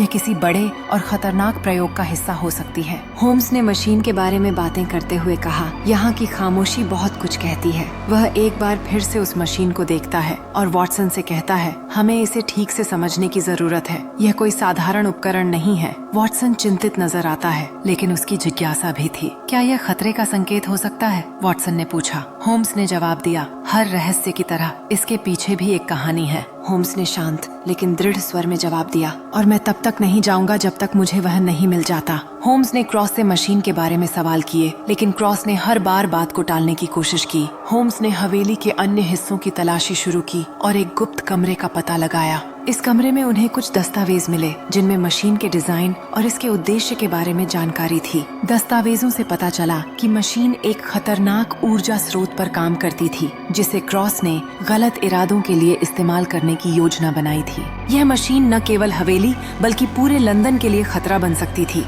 होम्स ने क्रॉस को उसके अपराधों का सामना कराया। क्रॉस ने पहले इनकार किया, लेकिन जब होम्स ने दस्तावेजों का जिक्र किया तो वह टूट गया। उसने स्वीकार किया कि वह एक वैज्ञानिक था जिसे समाज ने ठुकरा दिया था। उसने इस मशीन को बनाया था ताकि वह अपनी शक्ति का प्रदर्शन कर सके। बेकर स्ट्रीट की शाम को देखते हुए वहाँ की गलियां अब शांति में डूब गई थीं, जैसे एक नया रहस्य पनपने का इंतजार कर रही हूँ। वॉटसन ने अपनी डायरी में अपने विचारों को संजोते हुए लिखा। उसकी कलम पन्ने पर हल्की सी खरोंच छोड़ रही थी और होम्स सोच में डूबा हुआ दिखाई दे रहा था। मैं केवल अपनी प्रतिभा को साबित करना चाहता था, क्रॉस ने चिल्लाकर कहा, लेकिन तुमने सब कुछ बर्बाद कर दिया। होम्स ने क्रॉस को पुलिस के हवाले कर दिया और मशीन को नष्ट करने के लिए अधिकारियों को सूचित किया। विक्टर, जो इस पूरे समय डर और आशंका में जी रहा था, अब राहत की सांस ले सका। हवेली का रहस्य सुलझ चुका था और विक्टर अपने जीवन में आगे बढ़ने के लिए तैयार था। उसने होम्स और वॉटसन को धन्यवाद दिया और कहा, मैंने सीखा है कि सच्चाई कभी कभी डरावनी हो सकती है, लेकिन उसका सामना करने से ही हमें आजादी मिलती है। होम्स ने मुस्कुराते हुए कहा, श्रीमान, हरा डर और साहस के बीच की रेखा बहुत पतली होती है। आपने आज वह रेखा पार की है। वॉटसन ने अपनी डायरी में इस केस को रहस्यमयी मशीन का राज के नाम से दर्ज किया और बेकर स्ट्रीट एक बार फिर शांत हो गई, कम से कम अगले रहस्य के आने तक।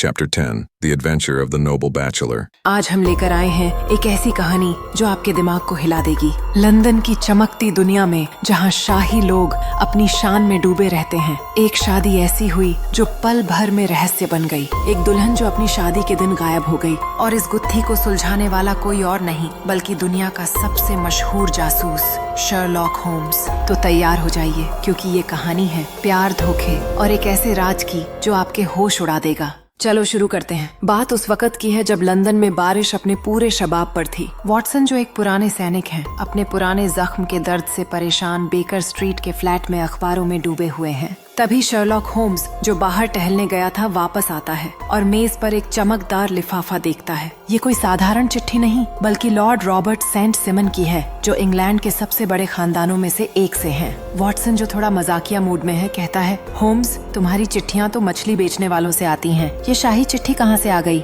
होम्स हंसता है और कहता है, वॉटसन, मेरे क्लाइंट्स की रेंज बहुत बड़ी है, लेकिन ये चिट्ठी कुछ खास है। वो लिफाफा खोलता है और पढ़ता है। ये लॉर्ड सेंट सिमन का बुलावा है, जो एक बहुत बड़े दुख में है। उनकी नईन वैली दुल्हन हैटी डोरन शादी के दिन ही गायब हो गई। लॉर्ड सेंट सिमन, जो 41 साल के हैं और अपने खानदान की शान को सीने से लगाए रखते हैं, होम्स के पास पहुंचते हैं। वो बताते हैं कि उनकी शादी हैटी डोरन से हुई थी, जो अमेरिका के सैन फ्रांसिस्को से आई थी। हैटी के पिता एलोयसियस डोरन खनन के धंधे में बहुत बड़े आदमी हैं। हैटी की खूबसूरती और दौलत की चर्चा लंदन में हर जगह थी। शादी सेंट जॉर्ज चर्च में बहुत सादगी से हुई, सिर्फ कुछ खास लोग थे। हैटी के पिता, लॉर्ड सेंट सिमन की माँ और उनके भाई बहन। लेकिन नाश्ते के वक्त हैटी ने अचानक कहा कि उनकी तबीयत ठीक नहीं है और वो अपने कमरे में चली गईं। फिर उनकी नौकरानी एलिस ने बताया कि हैटी ने जल्दी से एक कोट और टोपी पहनी और घर से निकल गईं। एक नौकर ने देखा कि एक औरत घर से बाहर गई, लेकिन किसी को यकीन नहीं हुआ कि ये हैटी हो सकती है। इसी बीच एक औरत, फ्लोरा मिलर, ने डोरन के घर पर हंगामा किया। फ्लोरा पहले एक डांसर थी और लॉर्ड सेंट सिमन को कई सालों से जानती थी।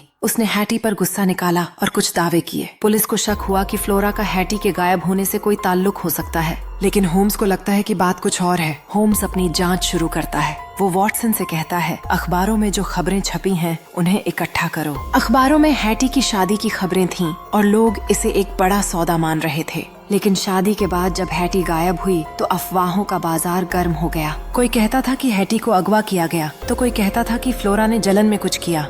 होम्स लॉर्ड सेंट सिमन से कुछ सवाल पूछता है। वो जानना चाहता है कि हैटी से उनकी मुलाकात कैसे हुई। लॉर्ड बताते हैं कि वो हैटी से सैन फ्रांसिस्को में मिले थे। हैटी की जिंदगी एक खनन शिविर में बीती थी, जहां वो आजाद और बिंदास थी। शादी के दिन हैटी ने एक छोटी सी बात बताई। चर्च में उनका गुलदस्ता गिर गया था और सामने की पंक्ति में बैठे एक आदमी ने उसे उठाकर दिया। लेकिन इसके बाद हैटी का मूड बदल गया। वो गाड़ी में भी परेशान थी। होम्स को एक और सुराग मिलता है। हैटी की नौकरानी एलिस ने बताया कि हैटी ने उससे क्लेम जंपिंग की बात की थी। ये एक खनन से जुड़ा शब्द है, जिसका मतलब है किसी और की चीज पर कब्जा करना। होम्स को शक होता है कि हैटी ने चर्च में किसी ऐसे शख्स को देखा होगा जो उसके लिए बहुत खास था। इसी बीच पुलिस वाला लेस्ट्रेड, जो इस केस पर काम कर रहा है, होम्स को कुछ दिखाता है। सर्पेंटाइन तालाब में हैटी के शादी के कपड़े मिले हैं। वो गीले और गंदे हैं।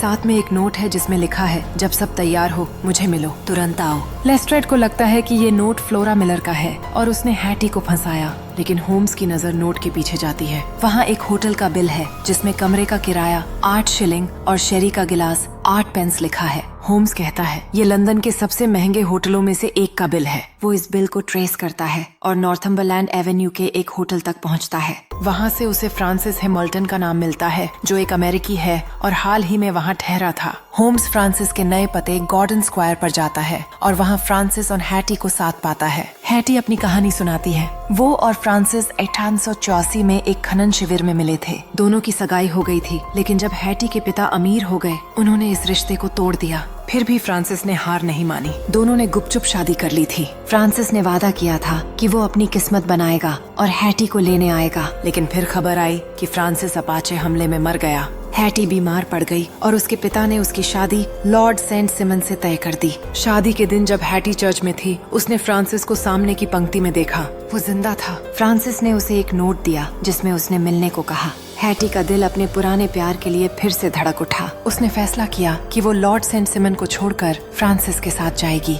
हैटी ने अपनी नौकरानी एलिस को सब बताया और फिर फ्रांसिस के साथ भाग गई। अपने पीछे कोई निशान न छोड़ने के लिए फ्रांसिस ने हैटी के शादी के कपड़े सर्पेंटाइन में फेंक दिए। होम्स हैटी और फ्रांसिस को लॉर्ड सेंट सिमन से मिलवाता है। हैटी माफी मांगती है और कहती है, मैंने आपको दुख पहुंचाया, लेकिन मेरा दिल फ्रांसिस के पास था। लॉर्ड सेंट सिमन गुस्से में हैं। वो कहते हैं, ये मेरे खानदान के लिए अपमान है। वो हैटी को माफ नहीं करते और गुस्से में चले जाते हैं। होम्स वॉटसन से कहता है, वॉटसन, ये कोई साजिश नहीं थी। हैटी ने अपने दिल की सुनी। प्यार और ड्यूटी के बीच का टकराव इंसान को ऐसे ही फैसले लेने पर मजबूर करता है। तो दोस्तों, ये थी शर्लॉक होम्स और गायब दुल्हन की कहानी। Chapter 11. The Adventure of the Beryl Coronet. London की रातें एक बेशकीमती ताज और एक चोरी जो सब कुछ हिला देगी। शर्लॉक होम्स सबूतों की जांच करता है, उसकी आंखें तेज और केंद्रित। वॉटसन पास खड़ा चिंतित। शर्लॉक होम्स के सामने एक रहस्य है, विश्वासघात या परिवार का प्यार। सच क्या है? शर्लॉक होम्स की रहस्यमयी दुनिया में शामिल हों,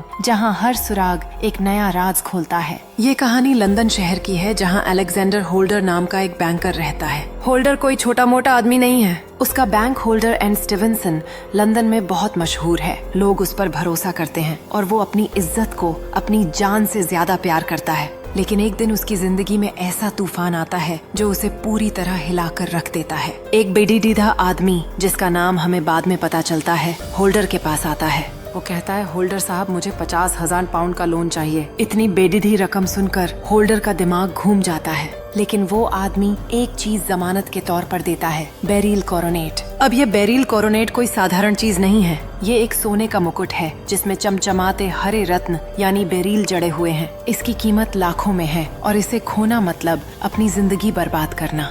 होल्डर को इस कोरोनेट की जिम्मेदारी मिलती है। वो इसे अपने बैंक में रखने की बजाय घर ले जाता है, क्योंकि उसे लगता है कि वहाँ ये ज्यादा सुरक्षित रहेगा। वो इसे अपने ड्राइंग रूम की तिजोरी में रखता है, लेकिन उसका दिल बैठा जा रहा है। इतनी कीमती चीज की जिम्मेदारी ने उसे रातों की नींद छीन ली। उसी रात जब सब सो रहे होते हैं, होल्डर को अचानक कुछ शोर सुनाई देता है। वो दौड़कर नीचे जाता है और जो देखता है वो उसके पैरों तले जमीन खिसका देता है। तिजोरी खुली है और बेरिल कोरोनेट का एक हिस्सा टूटा हुआ है। उसका बेटा आर्थर वहाँ खड़ा है और उसके हाथ में वो टूटा हुआ हिस्सा है। होल्डर का दिल जैसे टूट जाता है। उसे लगता है कि उसका अपना बेटा, जिसे वो अपनी जान से ज्यादा चाहता है, चोर निकला। आर्थर, तूने ये क्या किया? होल्डर चीखता है। आर्थर कहता है, पापा, मैंने कुछ नहीं किया, मैं तो बस। लेकिन होल्डर का गुस्सा और दुख इतना ज्यादा है कि वो उसकी बात सुनने को तैयार ही नहीं। वो सोचता है कि आर्थर ने उसका भरोसा तोड़ा, उसकी इज्जत मिट्टी में मिलाई। वो अपने बेटे को घर से निकालने की धमकी देता है और पुलिस बुलाने की सोचता है। लेकिन फिर उसे ख्याल आता है कि अगर ये बात बाहर गई तो उसका बैंक, उसकी साख, सब कुछ खत्म हो जाएगा। होल्डर पूरी तरह टूट चुका है। एक तरफ उसका बेटा, जिसे वो अपनी जिंदगी मानता है, दूसरी तरफ ये कीमती कोरोनेट जिसकी जिम्मेदारी उस पर है। वो समझ नहीं पाता कि क्या करे। आखिरकार वो फैसला करता है कि शर्लॉक होम्स की मदद लेगा, क्योंकि अब वही उसकी आखिरी उम्मीद है। शर्लॉक होम्स और उसका दोस्त वॉटसन बेकर स्ट्रीट पर बैठे हैं जब होल्डर उनके पास पहुंचता है। वो अपनी सारी कहानी सुनाता है और उसकी आंखों में आंसू और आवाज में दर्द साफ दिखता है। वो बार बार कहता है, मेरा बेटा, मेरा आर्थर, उसने मेरा भरोसा तोड़ा। मैंने उसे सब कुछ दिया और उसने मुझे ये दिन दिखाया। होम्स, जो हमेशा शांत और ठंडे दिमाग से सोचता है, उसे चुपचाप सुनता है। फिर वो कहता है, होल्डर साहब, मैं इस केस को लूंगा, आप चिंता मत करो। होम्स और वॉटसन होल्डर के घर पहुंचते हैं। वहाँ वो हर चीज की बारीकी से जांच करते हैं। होम्स की आंखें ऐसी हैं जैसे कोई मशीन। वो हर छोटी छोटी चीज देखता है जो आम इंसान की नजर से छूट जाए। उसे तिजोरी के पास कोई सेंधमारी का निशान नहीं मिलता। इसका मतलब है कि चोर को तिजोरी की चाबी का पता था।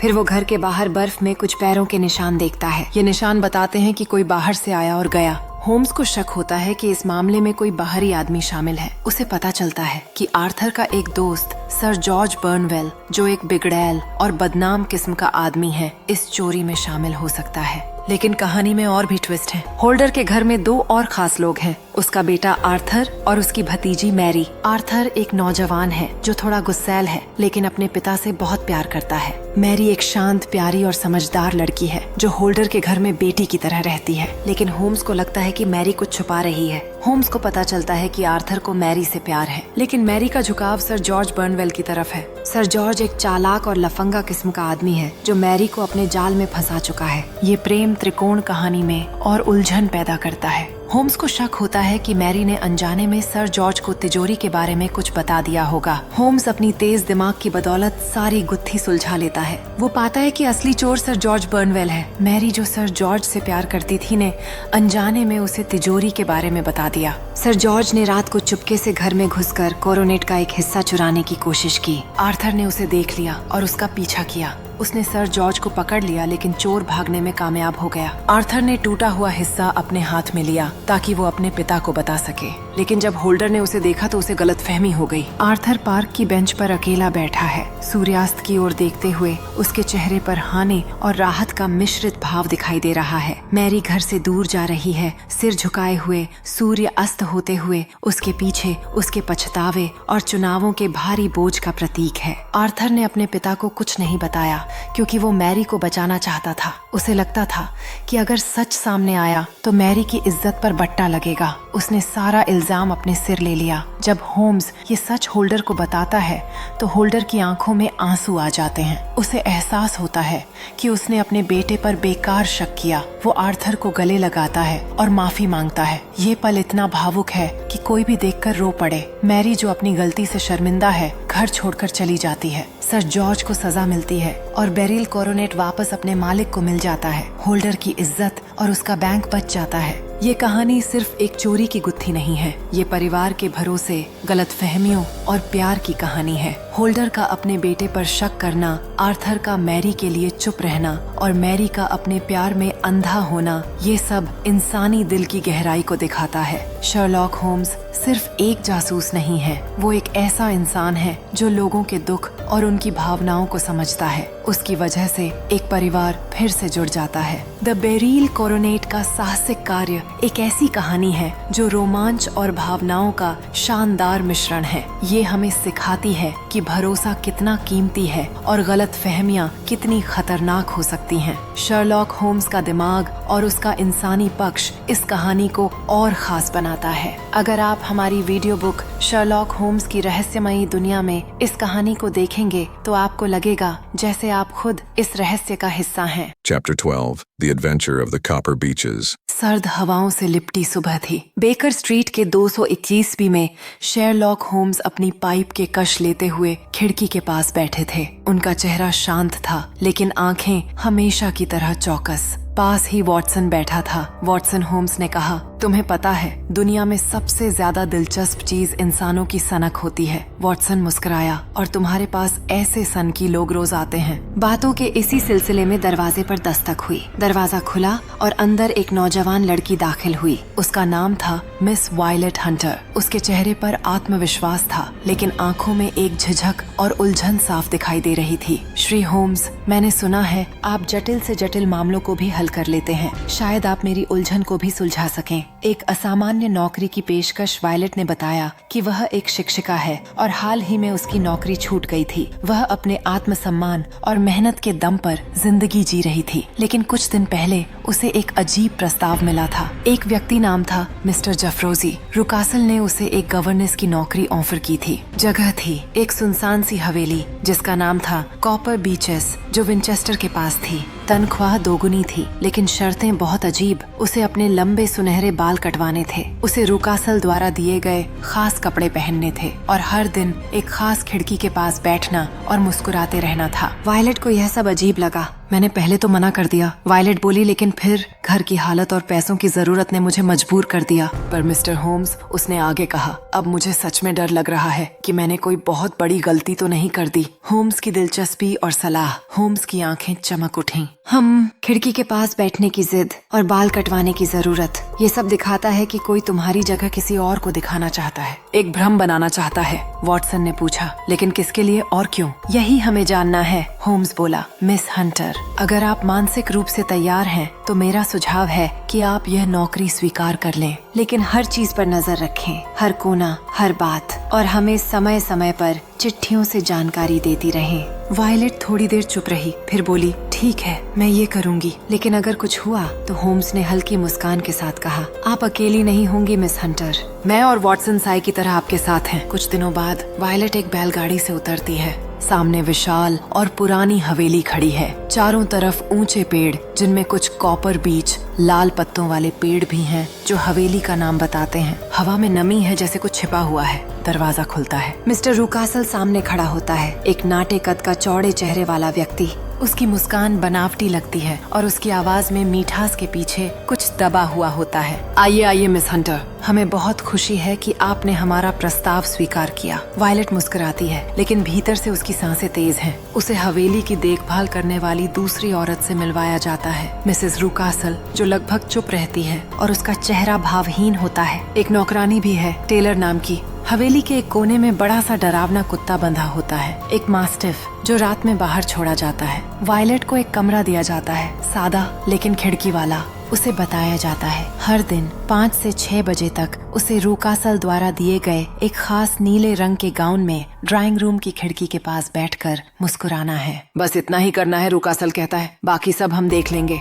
अजीब और गरीब हरकतें पहले दिन ही वायलेट महसूस करती है कि कोई उसे खिड़की के बाहर से देख रहा है। एक बार उसने पर्दा हटाकर बाहर देखने की कोशिश की तो रूकासल गुस्से में बोला, यह हरकत मत दोहराइए, आपसे जैसा कहा गया है वैसा ही कीजिए। वायलेट को अब ये यकीन हो गया था कि उसका इस्तेमाल किसी को धोखा देने के लिए किया जा रहा है। वो अपने अंदर डर के साथ एक हिम्मत भी महसूस कर रही थी। कुछ तो छुपा है इस हवेली में और मैं पता लगा कर रहूंगी। वायलेट अब रोज नियत समय पर नीले गाउन में तैयार होकर खिड़की के पास बैठ जाती। बाहर से देखने पर लगता मानो सब कुछ सामान्य हो। एक मुस्कुराती युवती बैठी है खिड़की के पास, लेकिन उसके दिल में सवालों का तूफान था। अजनबी चेहरा खिड़की के बाहर एक शाम खिड़की के बाहर एक नौजवान खड़ा था। उसकी आंखें व्याकुल थीं, जैसे वो वायलेट को पहचानने की कोशिश कर रहा हो। और फिर अचानक उसके चेहरे पर गलत फहमी का भाव आया और वो चला गया। वायलेट अंदर से कांप गई। क्या वो मुझे किसी और समझ रहा था? क्या इस पूरी चाल का मकसद उसी को धोखा देना है? वो जान चुकी थी कि उससे खिड़की के पास बैठकर किसी को यकीन दिलाने की कोशिश की जा रही है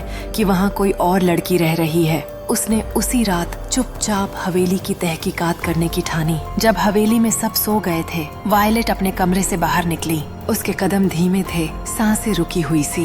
उसने ऊपर जाने वाली सीढ़ियों की ओर देखा, लेकिन वो रास्ता हमेशा बंद रहता था। तभी उसे मिस्टर रूकासल की आवाज सुनाई दी। वो कुत्ते से कुछ बात कर रहा था। आवाज में गुस्सा था। अगर वो ऊपर गई तो मैं तुझे छोड़ दूंगा, फाड़ डालना उसे। वायलेट ठिठक गई। ऊपर क्या है जिसे इतना छुपाया जा रहा है? चुपके से ताला खोलने की कोशिश। अगले दिन वायलेट ने ऊपर जाने वाली सीढ़ियों के पास का दरवाजा देखा। उस पर भारी ताला लगा था, लेकिन कुंजी मिस्टर रूकासल की जेब में रहती थी। किस्मत से एक शाम वो कुंजी कुर्सी पर रखकर बाहर गया।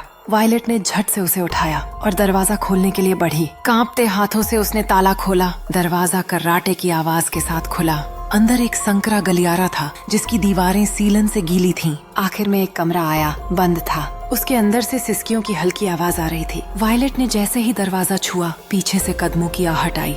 वो पलटती इससे पहले ही दरवाजा फिर से बंद कर दिया गया और मिस्टर रूकासल गुस्से में लाल आंखों से उसे घूर रहा था। आपने हमारी निजी सीमा पार की है मिस हंटर, वो गुर्राया। अब आपको कल सुबह ये हवेली छोड़नी होगी। वायलेट डर गई, लेकिन वो हार मानने वाली नहीं थी। मैंने जो देखा और सुना वो मैं होम्स को बताऊंगी। अब जो भी सच है सामने आकर रहेगा। 221 बी की ओर संदेश। उसने किसी तरह एक संदेश शेरलॉक होम्स को भेजा, जिसमें उसने सारे घटनाक्रम और संदेह को लिखा। कुछ दिनों में ही होम्स और वॉटसन विंचेस्टर पहुंच गए। उन्होंने वायलेट से मुलाकात की और फिर योजना बनाई उस कमरे का सच सामने लाने की। विंचेस्टर तक शेरलॉक होम्स, डॉक्टर वॉटसन और वायलेट हंटर अब एक ही मकसद से जुड़ चुके थे, उस बंद कमरे के पीछे छुपे राज को उजागर करना। होम्स ने पूरे घर का बारीकी से निरीक्षण किया, हर खिड़की, हर दरवाजा, और वो खिड़की भी जो बंद कमरे की तरफ खुलती थी। यहाँ कोई है जिसे दुनिया से छुपाया गया है, होम्स ने कहा, और हम उसी को सामने लाएंगे। तीनों ने योजना बनाई कि जब घर वाले सो जाएंगे तब वे उस बंद कमरे की खिड़की तक पीछे से पहुंचेंगे। मौका पाते ही वे हवेली के पिछले हिस्से में बने एक पुराने पेड़ के सहारे ऊपर चढ़े, जहां से वो खिड़की नजर आ रही थी। खुली खिड़की और एक चेहरा होम्स ने खिड़की के पास धीरे से दस्तक दी। अंदर से एक कांपता हुआ चेहरा झांका। वो एक युवती थी, बेहद कमजोर और डरी हुई। उसकी आंखों में डर के साथ साथ उम्मीद भी थी। डरो मत, होम्स ने कहा, हम तुम्हें बचाने आए हैं। तुम कौन हो? उसकी धीमी सी आवाज आई। मैं एलिस रूकासल हूँ, इस घर के मालिक की बेटी। वायलेट हक्का बक्का रह गई, लेकिन रूकासल ने कहा था कि उसकी बेटी मर चुकी है। एलिस ने चौंक कर देखा और कहा, क्या ये सच है? क्या आप मुझे यहाँ से बाहर निकाल सकते हैं? होम्स ने कहा, हमें जल्दबाजी करनी होगी, यहाँ पर खतरा है। सच सामने आता है, एलिस ने रुंधे गले से बताया। मैं किसी से प्यार करती थी, लेकिन पिताजी को वो पसंद नहीं था। उन्होंने मुझे यहाँ कैद कर दिया ताकि मैं किसी से संपर्क न कर सकूं। जब तुम वायलेट यहाँ आई, उन्होंने तुम्हें मेरे गेटअप में बैठाया ताकि मेरे मंगेतर को लगे कि मैं ठीक हूँ, खुश हूँ और वो चले जाए। अब सब कुछ साफ हो चुका था। टकराव का समय जैसे ही होम्स और वॉटसन खिड़की के रास्ते अंदर दाखिल हुए, तभी मिस्टर रुकासल वहां आ पहुंचा। हाथ में बंदूक थी, उसके चेहरे पर पागलपन था। तुम सबको सबक सिखाऊंगा, उसने चिल्लाया। लेकिन तभी उसका पालतू खूंखार शिकारी कुत्ता, जिसे वो गुस्से में भड़का देता था, पीछे से उस पर ही टूट पड़ा। चीखों की आवाज हवेली के गलियारों में गूंज गई। वॉटसन ने फुर्ती से एलिस को थामा और वायलेट ने दरवाजा खोला। सभी किसी तरह बाहर की ओर भागे। रुकासल को बुरी तरह घायल अवस्था में अस्पताल भेजा गया। उसकी मानसिक स्थिति अब ठीक नहीं थी। एलिस अपने मंगेतर के साथ सुरक्षित पुनर्मिलन में बंध गई। वायलेट को धन्यवाद देते हुए उसने कहा, अगर तुम न होती तो मैं कभी आजाद न हो पाती। और शेरलॉक होम्स ने पाइप चलाते हुए मुस्कुराकर कहा, हर बार अपराध गहरी योजना से होता है, लेकिन सच्चाई की रोशनी सबसे अंधेरे कोनों में भी पहुंच ही जाती है। अगर आप ऐसी और भी दिल को छू जाने वाली कहानियां सुनना चाहते हैं तो हमारे चैनल को सब्सक्राइब करें